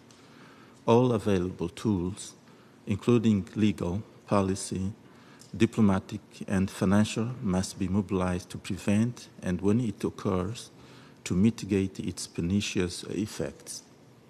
Mr. Chair, this is a serious issue which needs our full attention. In order to address this scourge, it is important to implement the different legal frameworks available to us, such as, first, adopt and strengthen the existing international legislation at national levels with a focus on investigation and prosecution of perpetrators of conflict-related sexual violence. Second, develop and increase training programs for state and civil society actors in matters related to international, regional, and national frameworks on conflict-related sexual violence. Third, strengthen the capacity of the justice sector at the national level to identify, collect, and assess information on conflict-related sexual violence. And lastly, allocate resources for the implementation of national action plans on women, peace, and security to strengthen the potential of these instruments through budgeted operational provisions to address conflict-related sexual violence. As a matter of fact, these above-mentioned points are in line with the Mozambique's National Action Plan, which sought to create mechanisms to bring violators of women's and girls' rights to justice and to punish them in an exemplary manner. For its effective implementation, the plan called for financial resource and development of appropriate capacities. To conclude, Mr. Chair, we underscore the need for member states to firmly commit to continue implementing measures that can contribute to our collective action in addressing conflict-related sexual violence. I thank you. I thank the representative of Mozambique, and I will pass the floor to the representative of Brazil.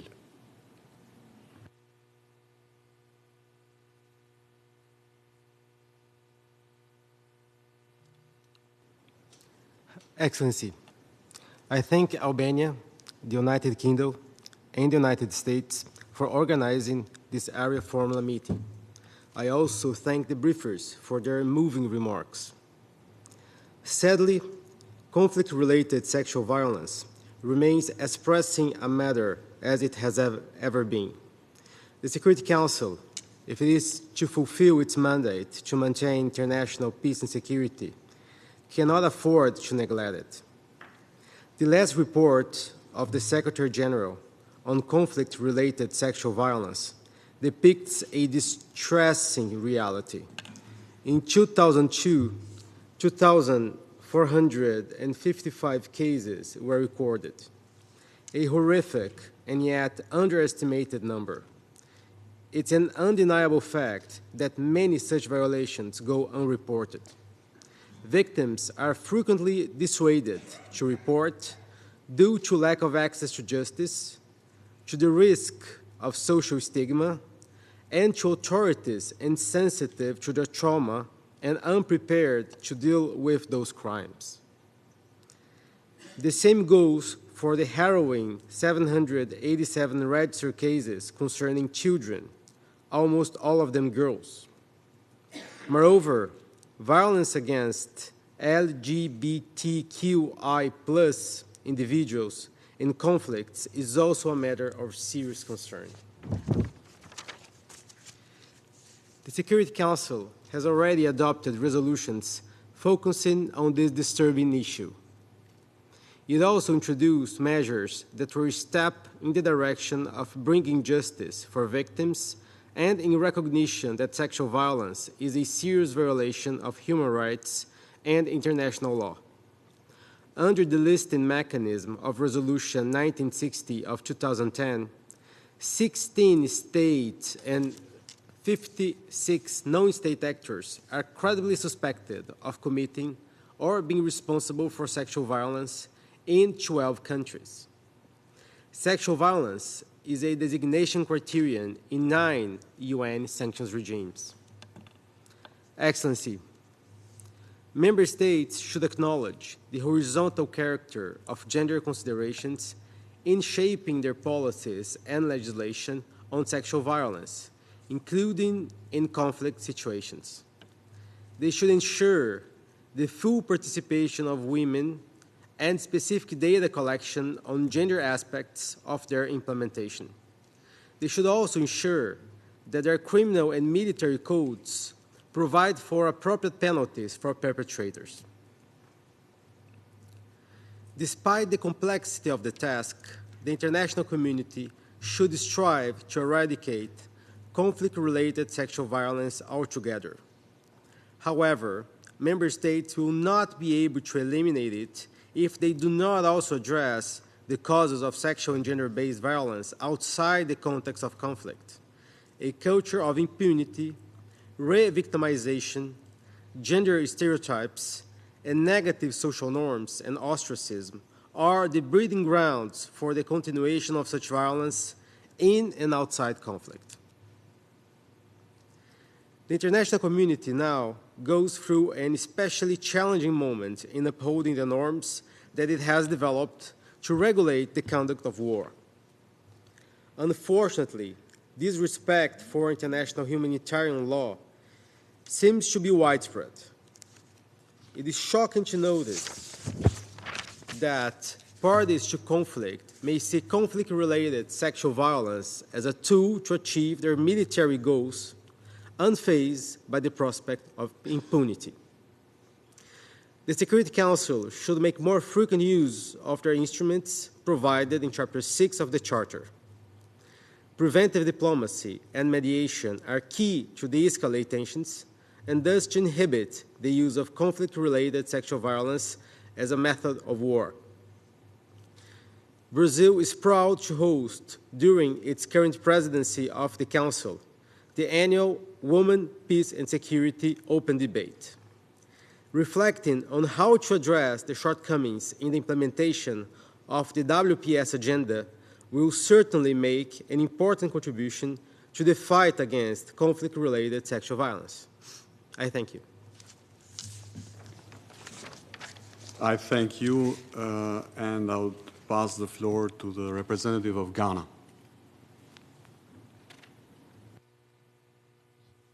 Mr. Chair, Your Excellency Igli Hassani, Minister for Europe and Foreign Affairs of Albania, Ghana welcomes the convening of this Arria formula meeting by the Albanian, UK, and US delegations as a means of sustaining this Council's engagement and commitment on issues related to conflict-related sexual violence, which, as we all know, is becoming almost synonymous with armed conflict.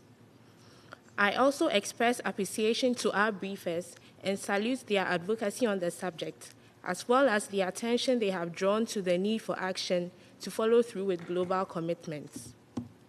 Mr. Chair, Ghana strongly condemns the unending cycle of sexual violence across several conflict contexts.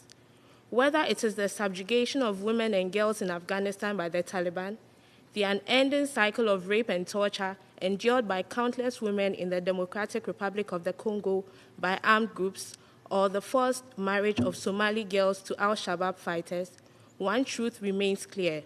The impunity with which acts of sexual violence are committed is not globally isolated. Acts of sexual violence, regardless of their geographical setting, violate and dehumanize victims. They leave behind a trail of immense human suffering, with deep-seated and long-lasting emotional and physical consequences for affected persons and communities. In many cases, justice, accountability, and psychosocial support are woefully inadequate or completely unavailable to victims due to cultural norms, stigmatization, weakened institutions, power vacuums, and systems that permit widespread impunity, among others. We condemn the perpetuation of acts of sexual violence, particularly against women and girls, purely on an ethnic basis. This continues to be the reality of Yazidi and Afro-Colombian women, among others. We are concerned by the lack of justice and accountability for sexual crimes committed against women in past conflict contexts, including the former Yugoslavia and Rwanda, and call on concerned governments to ensure that adequate compensation and other forms of reparation are provided to survivors. We reiterate, however, that the best form of compensation to these survivors of sexual violence in former conflict settings is to ensure that the wartime violations they endured are fully accounted for and never permitted to occur again. Mr. President, based on the foregoing, Ghana would like to make 3 additional points. First, through its informal experts group on women, peace, and security, the Security Council should give due consideration to organizing thematic field visits to conflict contexts on the agenda of the Council and focus on the prevention of future violations and justice for survivors.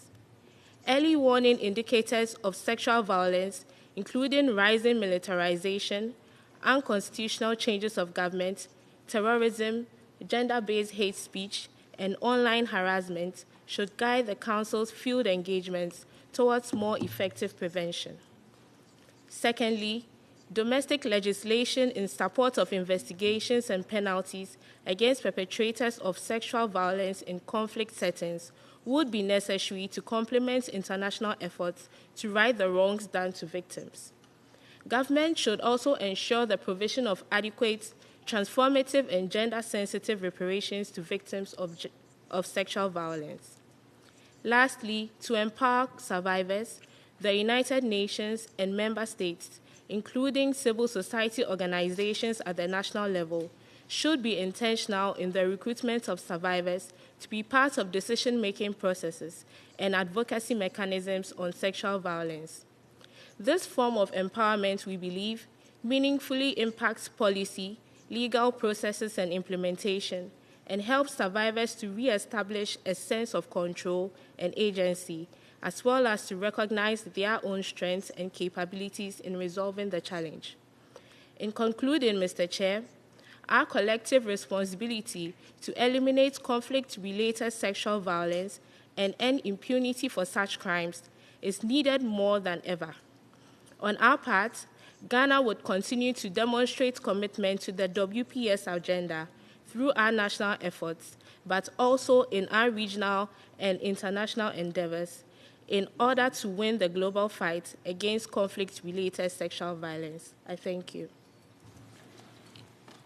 I thank the representative of Ghana, and now I give the floor to the representative of the Russian Federation.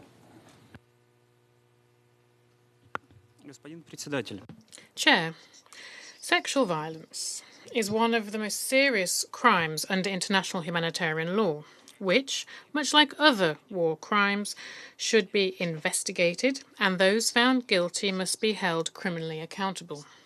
The foundation of international cooperation in this field is the universal norms enshrined in the Geneva Conventions on the Protection of Victims of War from 1949 and the additional protocols thereto.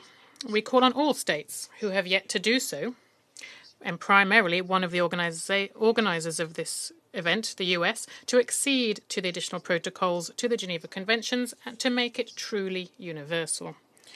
We do not support the tactic of highlighting one of the types of war crime from the mass of others.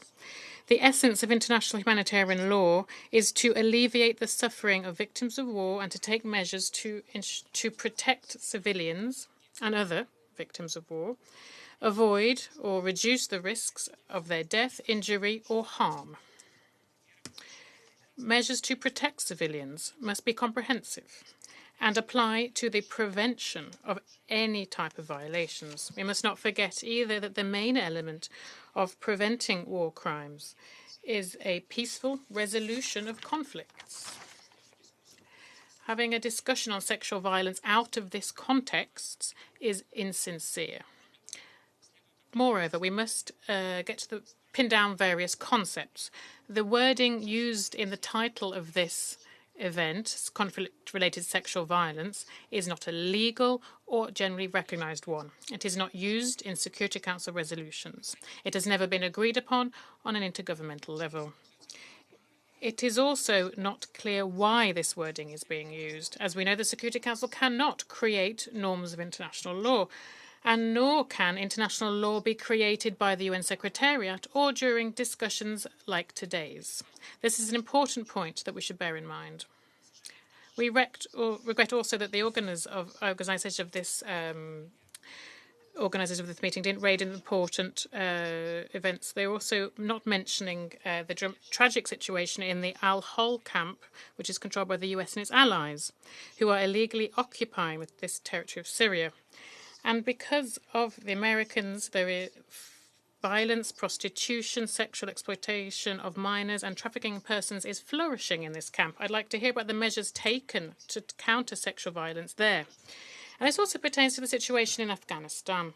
We don't know anything about what measures were taken by the US vis-à-vis the military involved in sexual violence crimes against Afghan boys. The world's press and the internet still shows the grim details of this. Also, questions also pertain to the other co-organizer of this meeting, the UK. We know very well of the involvement of British military's involvement in torture and rape in Afghanistan and Iraq. The press has made public the heinous cases of murder and rape of children. However, all of these cases have not been investigated and no single soldier has been punished. It would be interesting also to know the real measures to counter sexual violence in the UK. Now, in terms of the groundless fabrications that we've heard today regarding Russian military participating in the special military operation in Ukraine, then I'd like to say the following. These accusations were made by states who currently are actively stoking the conflict in Ukraine and delivering weapons, which are then used to murder and maim civilians. And there's also direct pressure on Kiev so that they don't get the idea of peace talks into their head.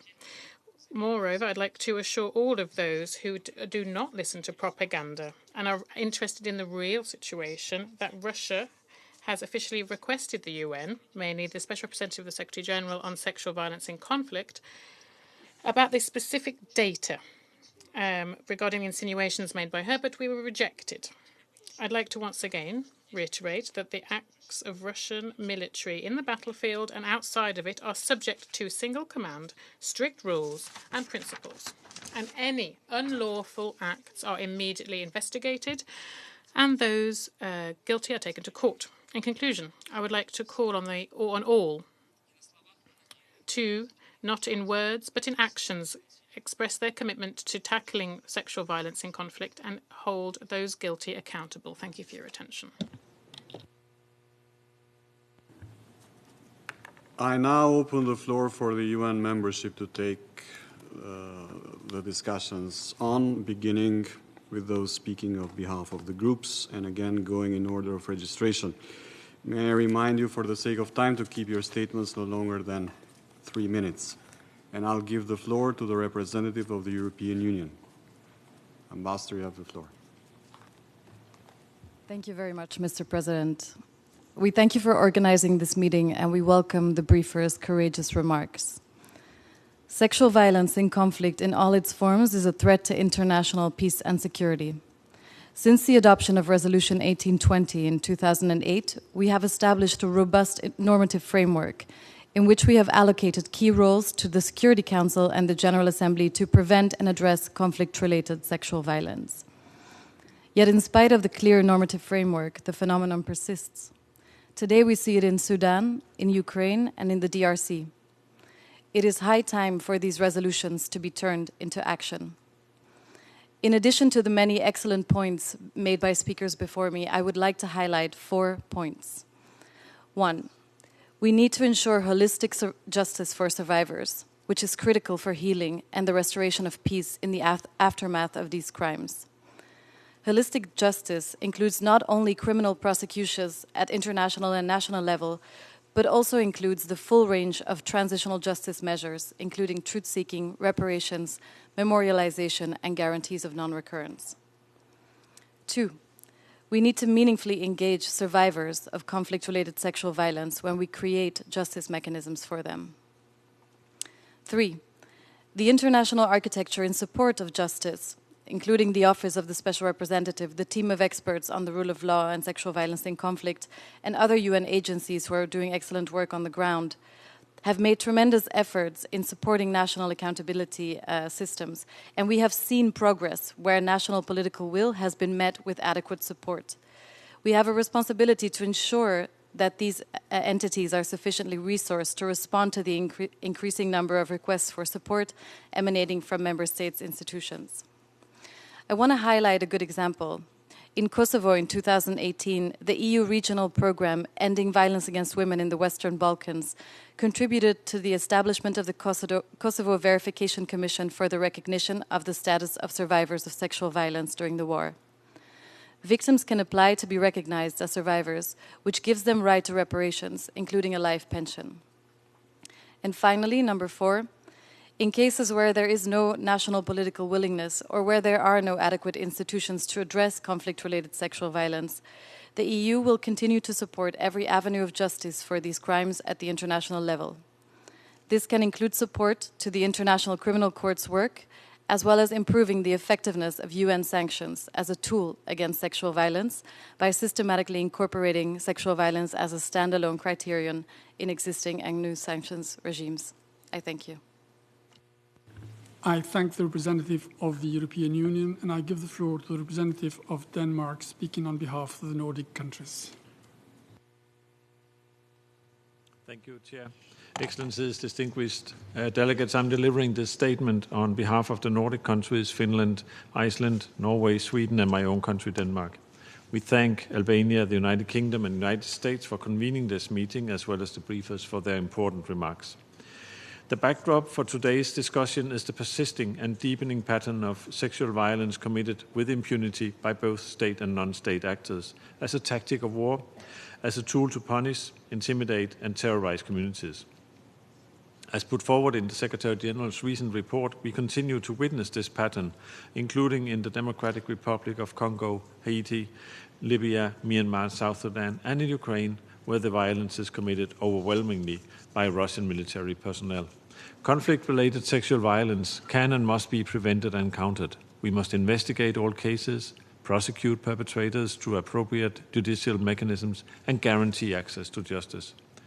We already have a robust normative and legal framework to address conflict-related sexual violence and other forms of violence committed against civilians in armed conflicts.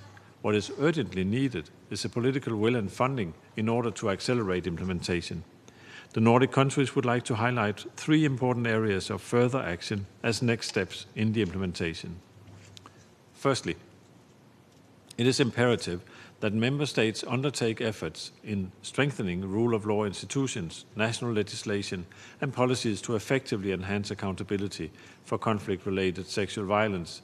In this regard, we draw attention to the work of the Office of the Secretary General's Special Representative for Sexual Violence in Conflict and its team of experts, which provides crucial assistance to national authorities in their efforts to combat conflict-related sexual violence, as we have seen today presented.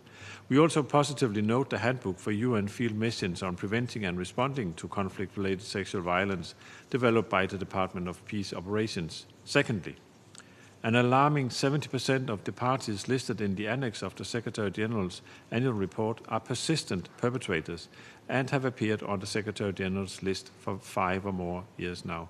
In our view, this cannot go on. All UN sanctions regimes must explicitly include sexual and gender-based violence as a designation criterion, and Security Council sanctions committees must list perpetrators when there is repeated evidence of conflict-related sexual violence. Thirdly, there can be zero tolerance for reprisals or threats of violence, including sexual and gender-based violence against women, girls, and women human rights defenders advocating for gender equality and defending human rights, including sexual and reproductive rights. We must push back on the persistent targeting of civil society and women-led and feminist organizations, and we must stand firm against any attempt to hinder the full, equal, and meaningful participation of all women and girls in peace and security efforts. To conclude, women and girls continue to be among the vast majority of the victims and survivors of this crime, but boys, men, and LGBTIQ persons are also affected. We must ensure a holistic understanding to effectively address this global scourge. Our humanitarian responses must be gender transformative and put survivors' needs front and center. Our investigations must build on and further strengthen partnerships, including through adequate, predictable, and sustained financing for peace building and flexible funding for local women-led and women-focused, as well as LGBTQI+ organizations. I thank you, Mr. Chair. I thank Denmark, and I give the floor to Latvia.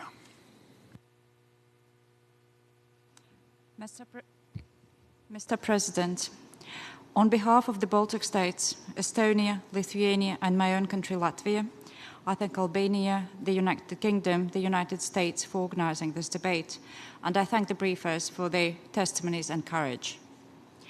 Conflict-related sexual violence is widely used as a brutal tactic of war and often is a war's horrific byproduct. It destroys lives, communities, and scars the survivors' physical and mental health. In providing comprehensive help and redress to the survivors, it is essential that we hold perpetrators accountable for their actions.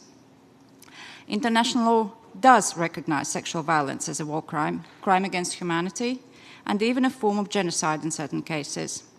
In this regard, we commend the role played by the International Criminal Tribunals for Rwanda and for the former Yugoslavia in the prosecution of wartime sexual violence and paving the road for adjudication of these crimes worldwide.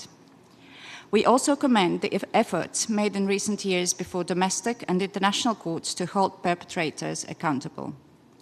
These efforts include organizing mobile courts in South Sudan and Democratic Republic of Congo to provide access to justice in the country's remote areas. The International Criminal Court has convicted a former member of the Ugandan Lord's Resistance Army for war crimes and crimes against humanity, which included charges of sexual violence, such as forced pregnancy. In 2022, following a referral by 43 states parties to the Rome Statute, including the Baltic states, the prosecutor of the International Criminal Court opened an investigation into the situation in Ukraine, encompassing allegations of war crimes, crimes against humanity, and genocide committed on the territory of Ukraine. Mr. President, conflict-related sexual violence is a matter that requires our urgent attention, commitment, and action. As state parties to the Rome Statute, the Baltic states call on all member states who have not yet done so to join the Rome Statute, and we call on the Security Council to refer to the International Criminal Court situations in which crimes of conflict-related sexual violence have allegedly been committed. Thank you. I thank Latvia for their statement. I give the floor to Australia. Thank you, Chair. And can I thank the organisers of this meeting, Albania, the United Kingdom, the United States, and for the briefers on the important information they have provided. I'm pleased to speak on behalf of Canada, Australia, and New Zealand. In many conflict-affected contexts, sexual violence is used as a tool of war to humiliate, subjugate, and displace populations. Women and girls are disproportionately targeted, and sexual violence is also used as a weapon against men and boys and members of marginalised communities, including Indigenous peoples, LGBTQI+ persons, and persons with disabilities. We categorically condemn all acts of sexual and gender-based violence perpetrated in any situation, including humanitarian crises and conflict-affected settings. And we call on all parties to respect international law and to protect the human rights of all persons. Impunity for sexual violence in conflict remains the rule, and accountability is the exception. In this regard, we commend measures to assert accountability. Colombia's special jurisdiction for peace has demonstrated that it is possible to investigate and prosecute crimes of conflict-related sexual violence. Sexual violence in conflict cannot be perpetrated cost-free. It is critical that all member states uphold the rule of law and undertake prompt and independent investigations and prosecution for such crimes. This includes support for the work of the International Criminal Court, and where the court lacks jurisdiction, we will explore other ways to ensure accountabilities for these crimes. We must ensure that we do our utmost to respond to the particular needs and priorities of victims and survivors. This means listening and responding with dignity and respect. It means facilitating access to justice and comprehensive survivor-centred, gender and age-responsive and trauma-informed services, including sexual and reproductive health services, mental health and psychological support, as well as counselling, financial and legal services. It also means ensuring access to remedies for survivors, including reparations where provided for under international law. Chair, the United Nations must use all tools at its disposal to prevent and respond to conflict-related sexual violence. The Security Council should receive regular briefs by the Special Representative of the Secretary-General on Sexual Violence on this very important issue. We commend the Council for incorporating conflict-related sexual violence as a designation criterion in the UN sanctions regime for Haiti and encourage this as a best practice. We urge the Council to ensure the country mandates emphasise the prevention and monitoring of and response to conflict-related sexual violence. We encourage Council members to ensure that protection mandates, including the deployment of protection advisors, is effectively matched with sufficient resources. And we stress that the UN team of experts on the rule of law and sexual violence in conflict is an important mechanism that can be deployed to assist national authorities to strengthen the rule of law and enhance accountability. As was made clear by the briefers, sexual violence is a heinous act of cruelty, an abuse of human rights, and a significant impediment to peace. Thank you, Chair. I thank Australia for their statement, and I give the floor to the representative of Slovenia. Thank you very much, Mr. Chair, Ambassador Hoxha. I want to thank the President Osmani. I want to thank the briefers for their sincere remarks as well as for their brave work. I would also like to thank Albania, United States and United Kingdom for organizing today's Arria Formula meeting. Patterns of sexual violence have been persisting and deepening, and President Madame Osmani reminded us that sexual violence as a tactic of war continues to happen in all conflicts. It is therefore essential to sharpen the focus of the Security Council on this matter. And we would like to underline the following 3 points. First, Slovenia strongly condemns the use of sexual violence as a tactic of war and as an instrument of repression and intimidation. Sexual violence is a serious violation of international law. It can constitute a war crime or crime against humanity, it can amount to an act of genocide. We therefore believe that the Security Council should refer more systematically to gender issues in its work on sanctions regimes, especially by including sexual violence as a designation criterion for targeted sanctions. 2, we should recognize the need of investment in strong justice systems and rule of law institutions for prosecution and punishment of perpetrators and those responsible. In this connection, we welcome the efforts of a team of experts on the rule of law and sexual violence in conflict, which continues to assist national authorities in strengthening rule of law in accordance with Resolution 1888. Mrs. Hasečić and Mrs. Ahmadi reminded us on the need of better cooperation among states in search of and handing over of the criminals.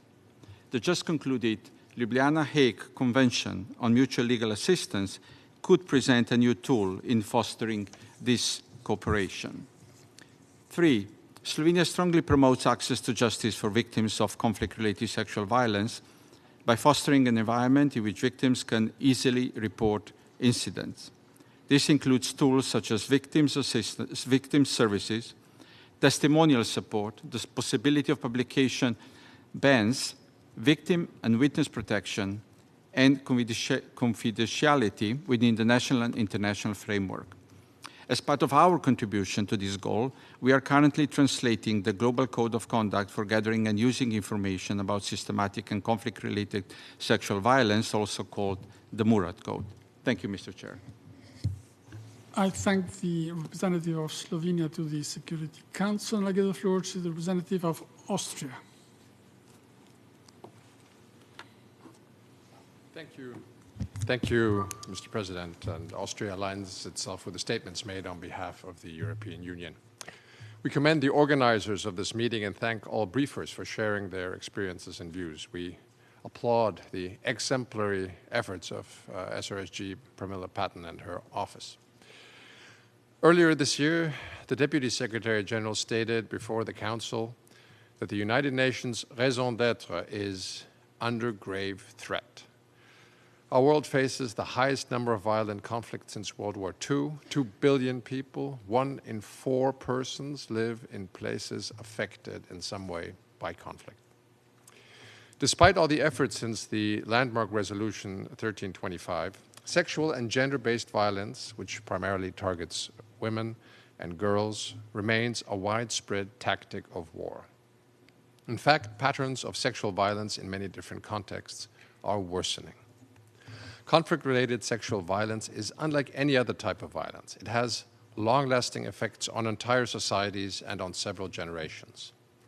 The effects of sexual violence during brutal conflict of the 1990s, including the wars in Bosnia and Herzegovina, Kosovo, and Rwanda, are still felt today, more than 2 decades later.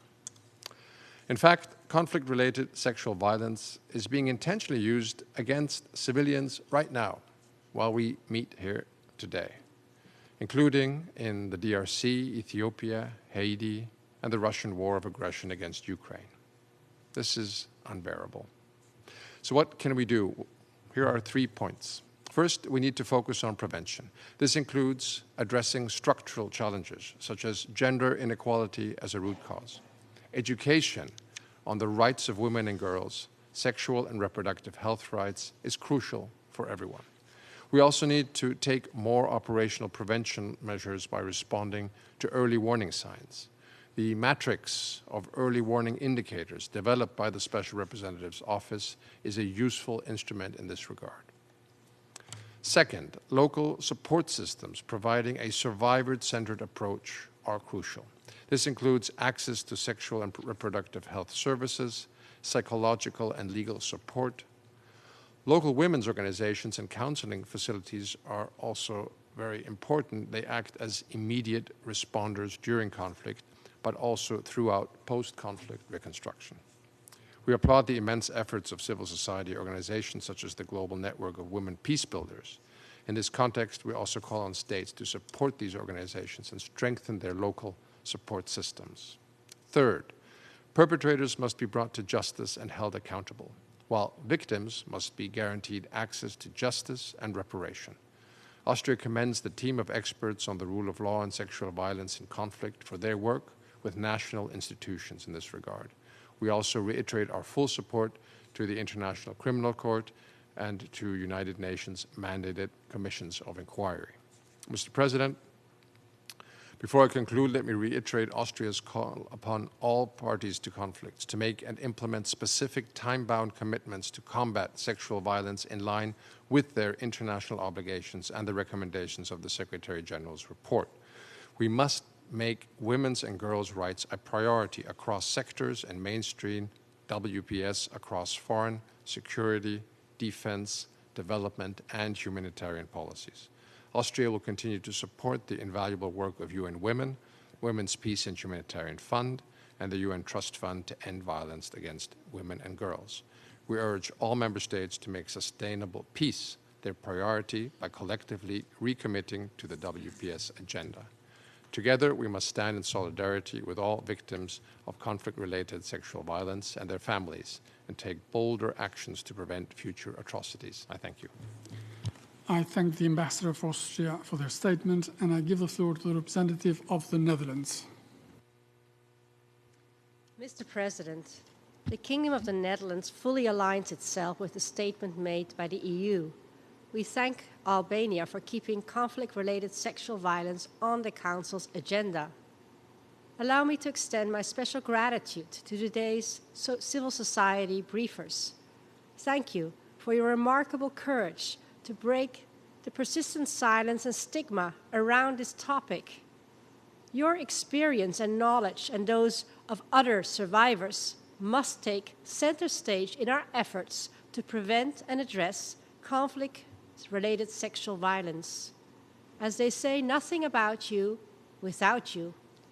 Mr. President, despite the robust normative framework and the many condemnations we are hearing today, still levels of sexual violence are increasing. As a country with a feminist foreign policy, the Kingdom of the Netherlands firmly stands for universal human rights for all and a life from violence for all. To eliminate conflict-related sexual violence, we need to step up our efforts. Please allow me, therefore, to highlight 3 specific areas for action. First, it is key to adopt a holistic and survivor-centered approach to accountability. Justice is not limited to criminal proceedings. Justice also comprises multi-sectoral services such as comprehensive sexual and reproductive health services, psychosocial support, protection responses for victims and survivors. Furthermore, justice includes services that contribute to the recovery paths of survivors like socio-economic empowerment. We must stand with the survivors and help them with support that is specifically tailored to their vastly different needs. The second point, we must improve the investigation, prosecution, and ultimately adjudication of conflict-related sexual violence cases. Enhanced cooperation is key here. To this end, the Kingdom of the Netherlands will contribute to the launch of a community of cross-regional expert practitioners that work together on conflict-related sexual violence. We will also contribute to a hub that brings together a community of practice on CRSV. We are very much looking forward to partnering, especially with the team of experts. And we also hope that other member states will join us in supporting the hub and the community of practice. My third and last point, as an international community, we can and should do more to coordinate our efforts. We should use the different instruments we have to hold duty bearers accountable. Conflict-related sexual violence calls for a comprehensive policy response, a response that is specifically aimed at reconciliation and accountability while deterring violence and inducing behavioral challenge.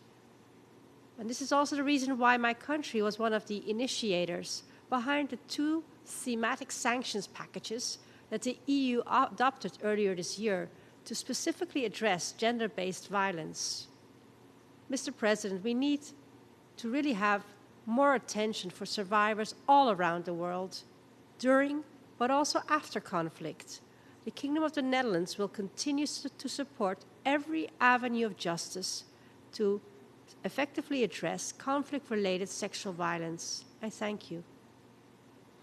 I thank the representative of the Netherlands, and I give the floor to the representative of Sierra Leone. Mr. President, Sierra Leone commends the delegations of Albania, United Kingdom, and USA for convening this Arria formula meeting. We also wish to thank briefers for the very insightful presentations. Mr. President, studies have shown that sexual violence constitutes a grave threat to justice and the fundamental rights of women, men, and children throughout the world. Sexual violence is an offense committed in both war and peacetime, and become a hot topic because rape and sexual violence are among the worst crimes against humanity. Mr. President, women and girls became targets of gender-based and sexual violence during the civil conflict in Sierra Leone, where they suffered abduction and sexual exploitation at the hands of the various warring factions. This left indelible impact on the lives of the victims, most of which are still being experienced today. Owing to the fact that women and girls suffer a lot and a series of debilitating consequences of conflicts, we must strengthen global efforts to reduce the prevalence and incidence of violence where possible to prevent its occurrence.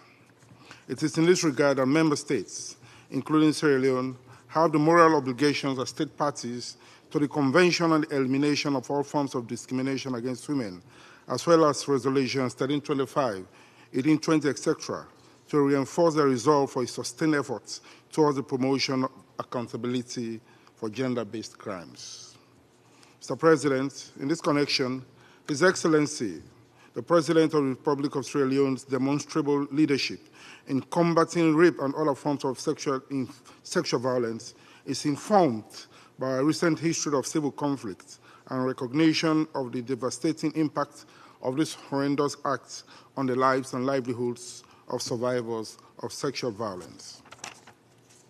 The robust international legal frameworks that Sierra Leone has established in response to and mitigation of gender-based violence throughout the country are encouraging.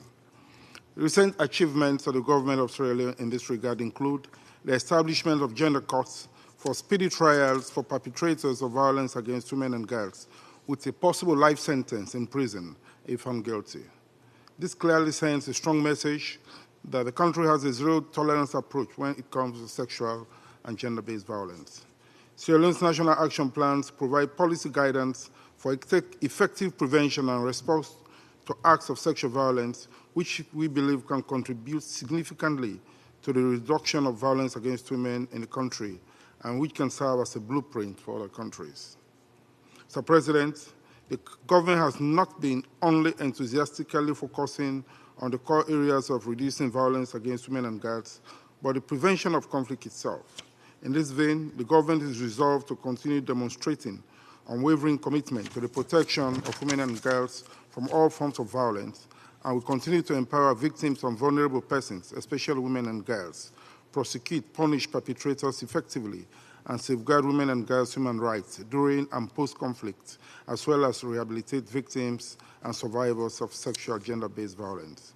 In conclusion, Mr. President, as an incoming member of the United Nations Security Council, Sierra Leone will reinforce and spotlight women, peace and security issues' active participation in our tenure in the Security Council. Thank you for your kind attention. I thank the representative of Sierra Leone, and I give the floor to the representative of Serbia. Thank you very much, Mr. Chairman.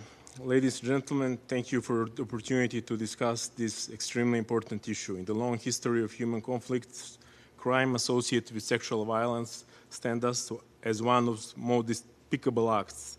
Beyond the physical harm they cause, these crimes aim to strip victims of their humanity and fundamental human values.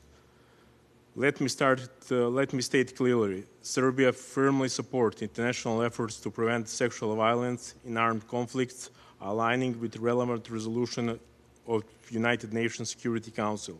We stand for the equal treatment of all victims, irrespective of their ethnicity, race, gender, age, or political orientation.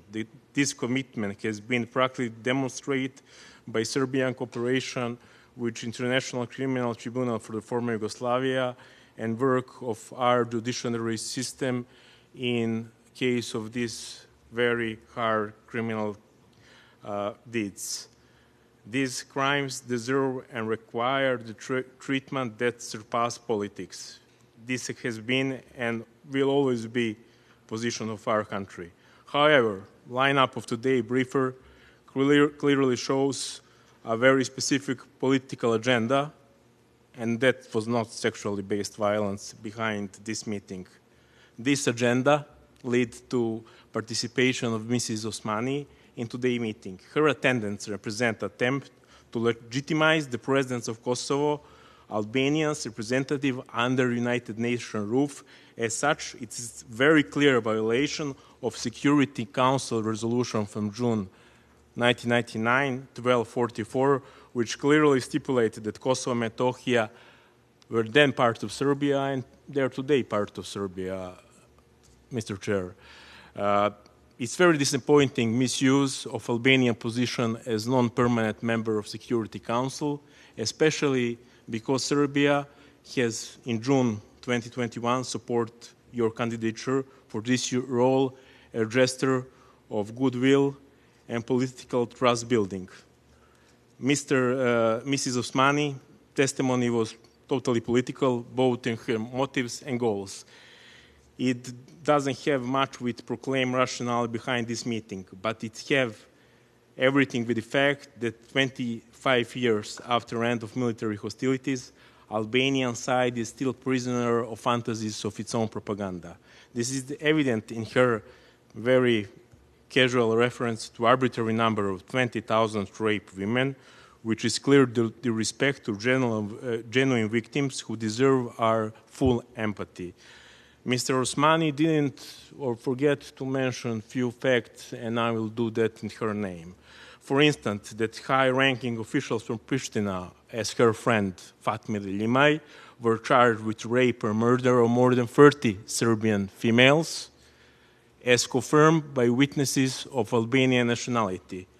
She, too, by some coincidence, forget to mention that on August 15, 2013, key archives were deliberately destroyed, undermining the evidence collection by UNMIK in police station in Peć, in EU building in Pristina, and headquarters of the Kosovo police in Pristina. She may say something about that. She's drinking coffee every day with people who organize this. Or, for example, she too forget, by pure coincidence, I'm certain, to mention the rape of Serbian nuns in desecrated monastery Devic, according to the accounts of French NATO officers published in New York Post. She may sound credible, but she didn't. Unfortunately, the meeting was all about Albanian narrative and total misuse of Security Council membership. Thank you. I thank the Ambassador of Serbia for participating to this meeting, and the subject, of course, needs the participation of all, although he went totally off subject. Kosovo is an independent state. You like it or not, that's how it is. And the testimony of President Osmani is one of the most remarkable I have ever heard on the issue. You like it or not. And with this, I give the floor to the representative of Portugal. Thank you very much, Mr. Chair. Portugal aligns itself with the statement of the European Union and wants to thank Albania, the US, and the UK for convening this Arria Formula meeting and commend the briefers for their harrowing and courageous interventions. Portugal categorically condemns sexual and gender-based violence perpetrated either by state or by non-state actors in situations of conflict. The international community has managed to build a robust normative framework to address this problem, but implementation is lagging behind. As we witness a growth in armed conflicts throughout the world, we're also seeing the spread of conflict-related sexual violence. We've seen this in the Balkans and in Rwanda. We see this in Ukraine, in Sudan, in the DRC, and in Haiti. Unfortunately, sexual violence continues to be a common feature of conflicts worldwide, old and new alike. So it's time to walk the walk and implement what we have agreed on. First, here at the UN, we can start by designating conflict-related sexual violence as a criteria on all relevant UN sanctions regimes and lend greater support to the mandate of the Special Representative Pramila Patten, including financial support. Second, prevention. We must do more to achieve gender equality and ensure that women and girls, in all their diversity, equally enjoy all human rights. We know that sexual and gender-based violence is often rooted in gender stereotypes and negative norms, which we must dismantle. Third, the issue of conflict-related sexual violence should be better integrated into our national policies and programs and included in national action plans on women, peace and security in articulation with civil society and with the involvement and participation of victims. Fourth, we must invest in training. Human rights education, including specific training on prevention of sexual violence for both armed forces and security forces, is indispensable. Fifth, impunity cannot be tolerated. So we must be better at collecting evidence and at ensuring accountability by punishing perpetrators. This is why transitional justice processes must include a gender component, why the international criminal justice system should work on a more coordinated manner, and why we should do more to support both civilian and military justice systems in conflict-affected countries. Six, readiness for victims and survivors. Sexual violence has a long-term impact on the physical and mental health of survivors. Reparations are needed, and so is mental health and psychosocial support to the victims and survivors. We believe that these 6 pointers can be, in our view, practical ways to walk the walk and firmly address the scourge of conflict-related sexual violence in line with the Secretary General report and international law. I thank you. I thank the Ambassador of Portugal for their statement, and I give the floor to the representative of Poland. Mr. Chair, Poland aligns itself with the statement delivered by the European Union. We extend our gratitude to Albania, the United Kingdom, and the United States for organizing this important debate on sexual violence in armed conflict. We highly appreciate your dedication to advancing the implementation of Security Council resolutions addressing conflict-related sexual violence. Once again, Poland wishes to thank the Secretary General for his latest comprehensive report on sexual violence in conflict, which offers profound insights into the most pressing issues and provides a set of practical and high-quality recommendations for a wide range of international stakeholders. We share the SG's view that the eradication of sexual violence as a weapon or tactic of war, a global issue that predominantly affects women, girls, and vulnerable groups, remains an elusive goal. Poland stands in solidarity with all victims and calls for increased support and empowerment for those affected by sexual violence in conflict situations. Recognizing the necessity of women's involvement in all endeavors related to ending sexual violence in conflict, including peace negotiations, we emphasize that female negotiators are best positioned to ensure a survivor-centered approach. This approach encompasses the rehabilitation of women survivors of conflict-related sexual violence, the guarantee of post-conflict reparations and accountability, as well as the establishment of vetting mechanisms to exclude perpetrators of sexual violence from security forces. Mr. Chair, Poland supports peacekeeping and monitoring missions aiming to enhance their capacity to provide adequate protection for victims of all forms of violence. In this context, Poland endorses further deployment of women's protection advisors and the broader use of early warning indicators of conflict-related sexual violence. While addressing ongoing conflicts worldwide, we must draw attention to the war waged by Russia in Ukraine. In this context, I would like to acknowledge the online presence of Ms. Lyudmila Huseynova, who has provided valuable insights into the situation on the ground. Poland condemns the deliberate use of sexual violence by Russian soldiers as a tactic of war and a tool of terror and intimidation. Furthermore, the massive displacements resulting from Russian aggression against Ukraine have exacerbated the risks of all forms of sexual violence. In response, Poland has promptly implemented measures to support Ukrainian citizens seeking refuge within our borders. The repercussions of conflict-related sexual violence, especially for women and children, extend far beyond the physical realm, often leaving an irreversible mark on victims' lives. Effective prevention and multi-sectoral response mechanisms are imperative to mitigate these consequences.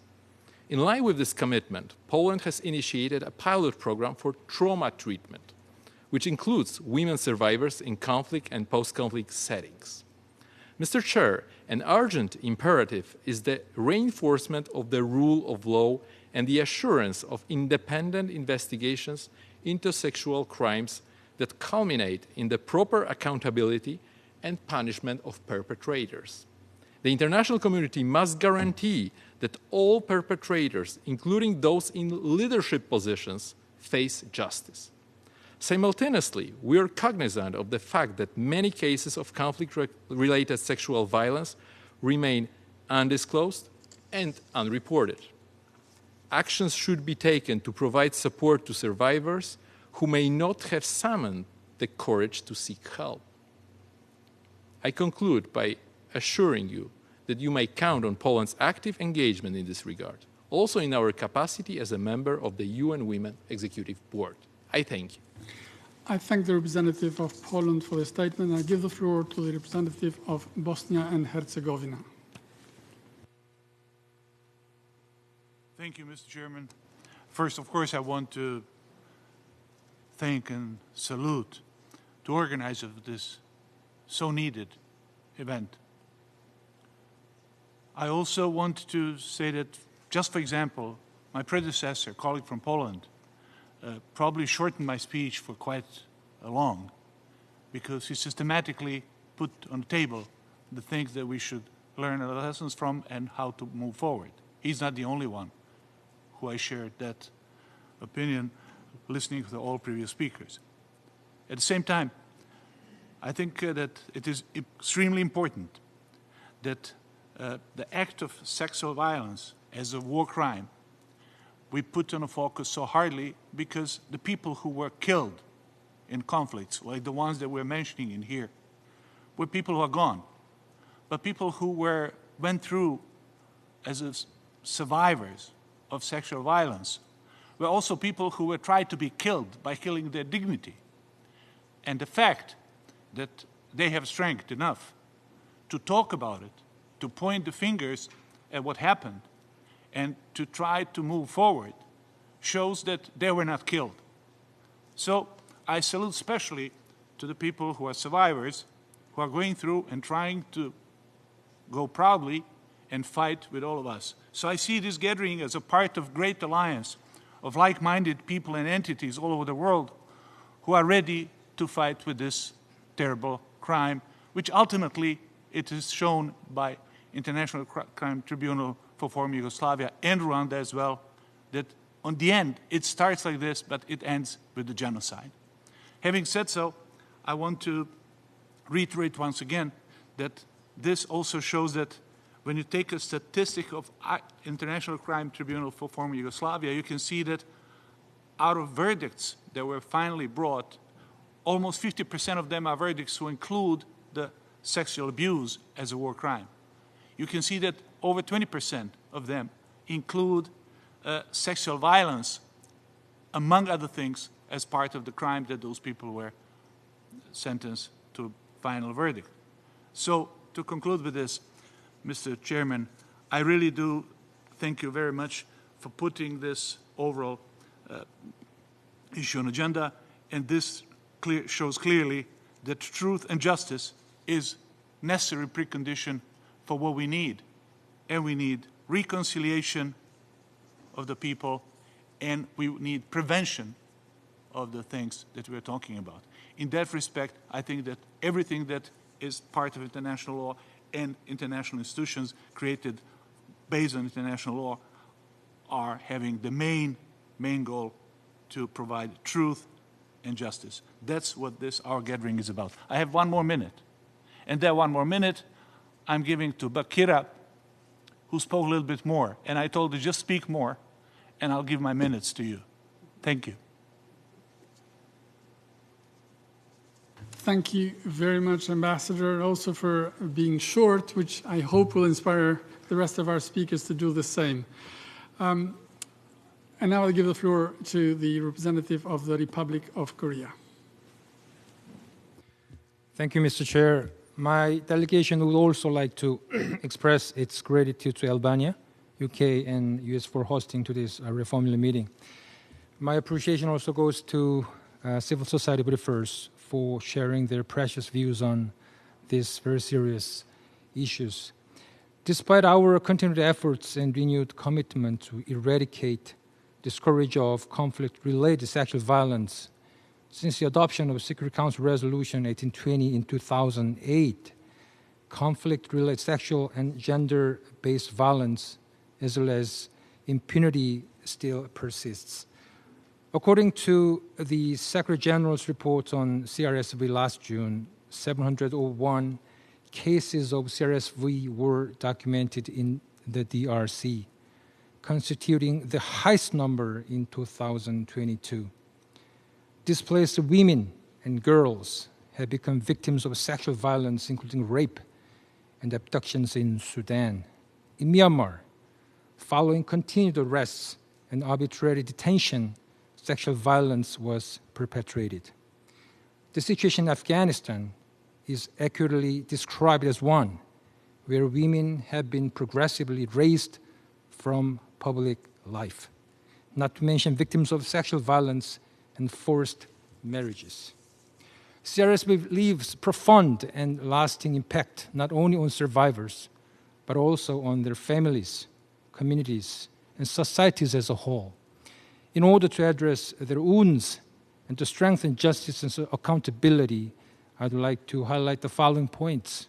First of all, the importance of survivor-centered approach can never be overemphasized. In this regard, the Republic of Korea has proudly continued contributions to Global Survivors Fund since its inception, providing survivors with financial compensations as well as medical and psychological care.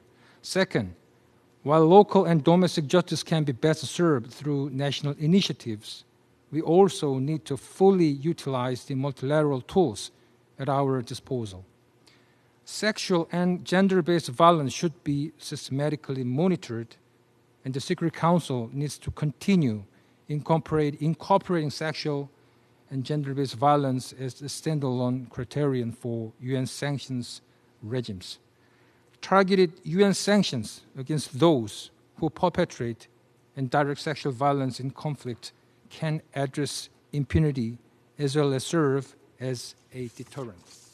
Last but not least, all elements of transitional justice should be ensured holistically, not only with investigation and accountability, but also through prevention, which ranges from raising awareness and capacity building to gender-responsive security sector reforms. With our own Action with Women and Peace initiative and its development projects, the Republic of Korea has strongly supported efforts to mitigate risks of gender-based violence in Africa, such as in Sudan and Cameroon, in close cooperation with the UNFPA. In conclusion, as an incoming member of the Security Council, the Republic of Korea is committed once again to continue its active endeavors to prevent CRSV and ensure justice for all those affected.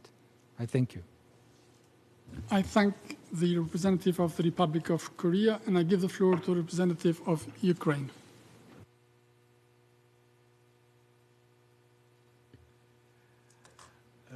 Thank you, Chairman.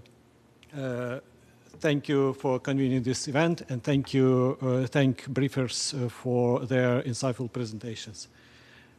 Since the onset of the Russian full-scale aggression against Ukraine, our authorities have documented 241 cases of conflict-related sexual violence,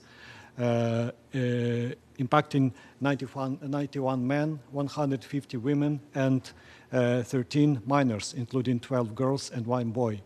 These cases encompass acts such as rape, mutilation, forced nudity, threats, and attempts to rape, as well as forcing individuals to witness sexual abuse of a family member. These heinous acts cut across a wide age range, from the youngest victim at 4 to the oldest survivor at 87. It is crucial to recognize that these numbers represent only cases where survivors were able and willing to testify, implying that the actual figures are significantly higher. Ukraine remains unwavering in its commitment to replacing impunity with justice and turning indifference into action, with survivors' experiences, needs, and demands at the core of our efforts. To this end, we have established close cooperation with SRSG Patton and her team, as well as with the UNFPA. Survivors need resources for recovery right now without waiting the post-war agreements and to be concluded. Every day of delay reduces their chances of recovery. That is why we are actively working to ensure that survivors have prompt access to reparations funded by the aggressor and those who supported the war. The establishment of a register of damage is a crucial step in implementing the compensation mechanism as a whole. We believe that this comprehensive accountability system will significantly contribute to global efforts aimed at achieving truth, justice, reparations, and preventing the recurrence of such aggression. Criminal accountability is of paramount importance. Ukrainian prosecutors are tirelessly working to hold perpetrators accountable. In connection with sexual violence in the occupied territories of villages of Kyiv and Chernihiv regions, 35 Russian servicemen were notified of suspicion. Indictment against 20 people were sent to court, and 2 persons were sentenced to 12 and 10 years in prison. We firmly believe that robust cooperation between governments, multilateral partners, civil society, and survivors is a critical prerequisite for ending the cycle of impunity. In pursuit of this goal, we remain dedicated to working closely with all stakeholders, including our role as Vice Chair for this year within the International Alliance on Preventing Sexual Violence in Conflict initiative launched by the United Kingdom. I thank you. I thank the representative of Ukraine. And before giving the floor to the representative of Mexico, let's remind everybody that it's 6 o'clock and we still have 4 speakers. I very much hope that interpreters can stay with us for the rest of the list. But if not, I would understand. And with this, I give the floor to Mexico.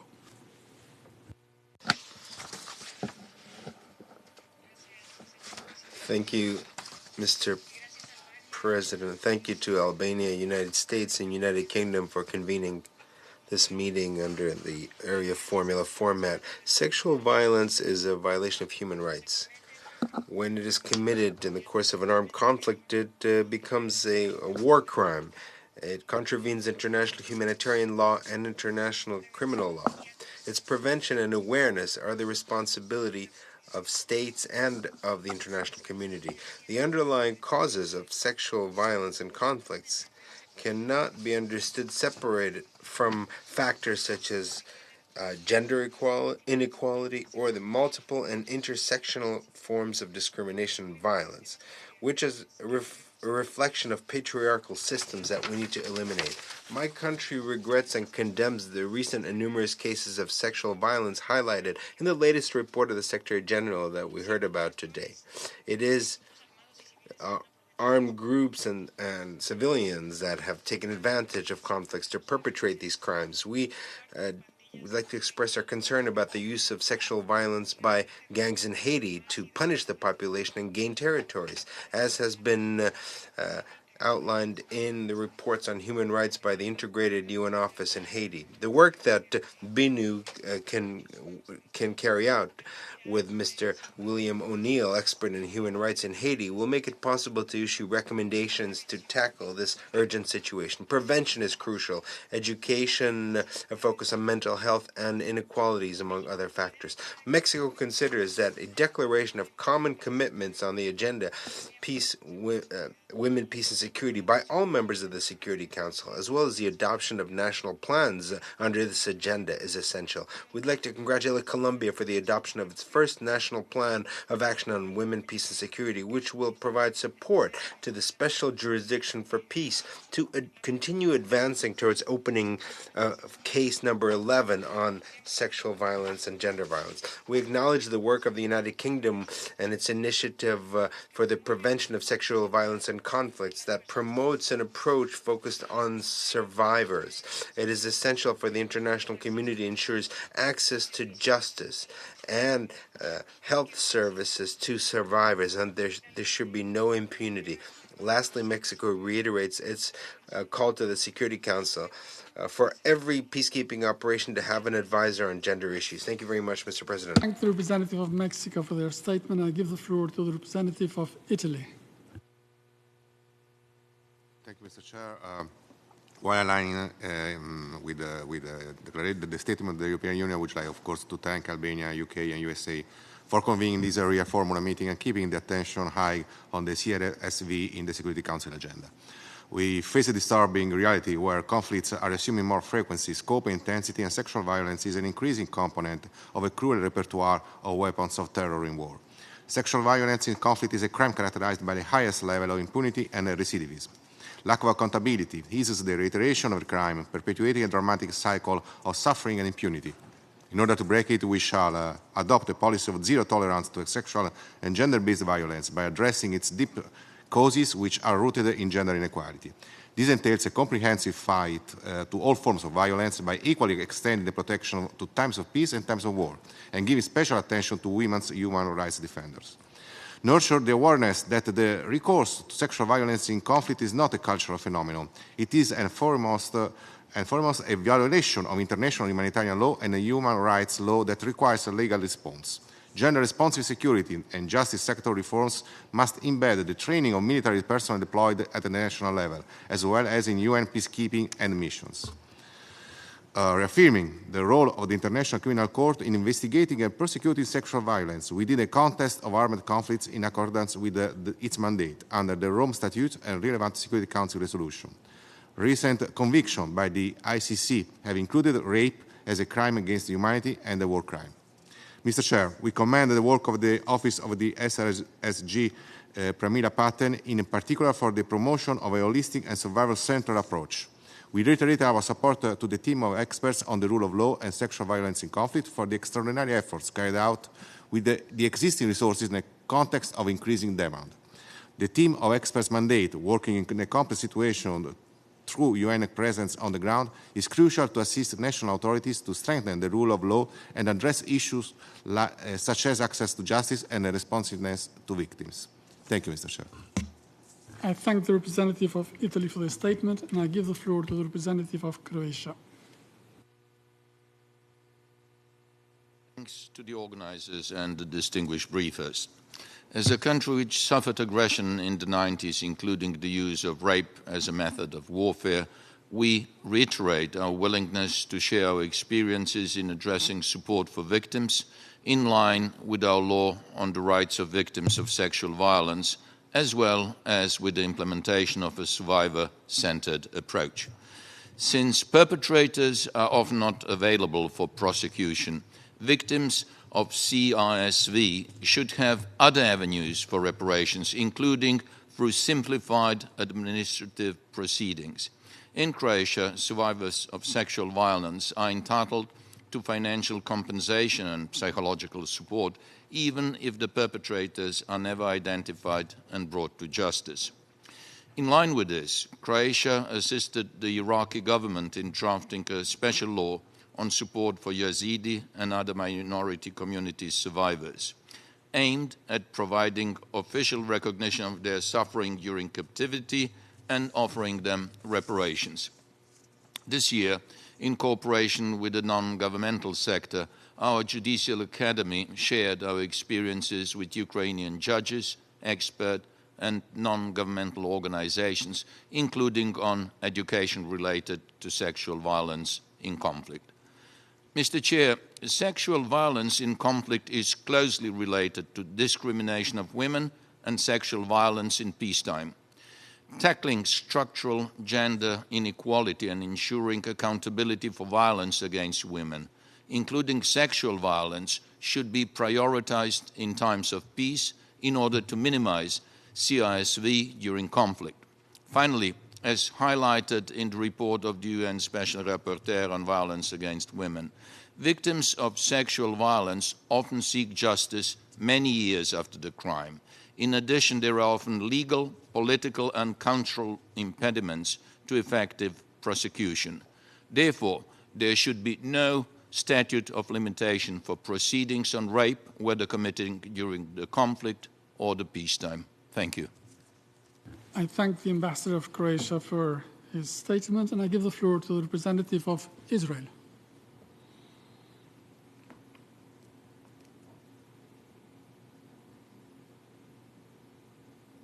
Thank you, Chair. I thank Albania, the UK, and the US for organizing this important Arria meeting on CRSV. Unfortunately, I am here addressing you today as women and girls in Israel have been a target of an unprecedented terror attack, which included sexual violence perpetrated against them by the genocidal terror organization of Hamas. Official sources, testimonies of survivors of the massacre, medical personnel, as well as the footage filmed by the perpetrators themselves who posted their inhumane acts on social media, all attest to the brutal acts of sexual violence, including rape, committed by Hamas terrorists. These acts were used as a tactic of terrorism. Videos of bare bodies desecrated, paraded on trucks as trophies in the streets of Gaza, were publicly shared for the world to see. In addition, we know of approximately 200 people who were kidnapped into Gaza. Among them are women, adolescent girls, and children, including those with disabilities. Israel unequivocally condemns all forms of gender-based and sexual violence, including as a tactic of war and terrorism. There should be no place, under no circumstance, for such violations of human rights. There is no justification, no excuse. We must condemn these acts in a loud and clear voice. We recall Resolution 1820 of the Council and reiterate that rape and other forms of sexual violence can constitute a war crime as well as a crime against humanity. In this regard, the acts committed by Hamas are blatant violations of international human rights law and international humanitarian law. We recall Resolution 1325 of the Council and stand strong on the urgent need to take special measures to protect women and girls from conflict-related sexual violence. We call upon the Council to designate Hamas as a terror organization, a step already taken by many member states, just as was done towards ISIS. Hamas is ISIS. Their latest actions attest to that. Therefore, every legal and other mechanism which is being used against ISIS should be implemented in the same way against Hamas. Taking such steps is imperative in the global fight against conflict-related sexual violence, the global fight against terror. We call upon UN Women and the relevant special rapporteurs not to remain silent. We call you to unequivocally condemn the vicious and inhumane acts of capturing, the violence, torture, and other cruel, inhumane, or degrading treatment of women and girls unleashed by Hamas. Israel is at the forefront of the global war on terror. Israel will prevail, not only for ourselves, but for many sitting in this room today who share our values of democracy and freedom. The failure to address and acknowledge the atrocities committed paves the way for their legitimization. We call for the immediate release of all those abducted to Gaza. We call on member states to uphold their moral obligation and do the same. Thank you, Chair. I thank the representative of Israel for their statement, and they were the last speaker for our session today. I would like to thank you all, colleagues, for your presence and your participation. I thank once more all our briefers and the co-organizers, the United Kingdom and the United States of America. I'm deeply grateful to the interpreters who accepted to stay extra time so that we finish our business. Colleagues, let us remain committed to this cause and work to ensure that the voices of survivors are heard as we did today and their rights are upheld everywhere. This issue is not confined to a single event. It is a long-term commitment to ending the cycle of violence and to ensuring justice. With this meeting is adjourned.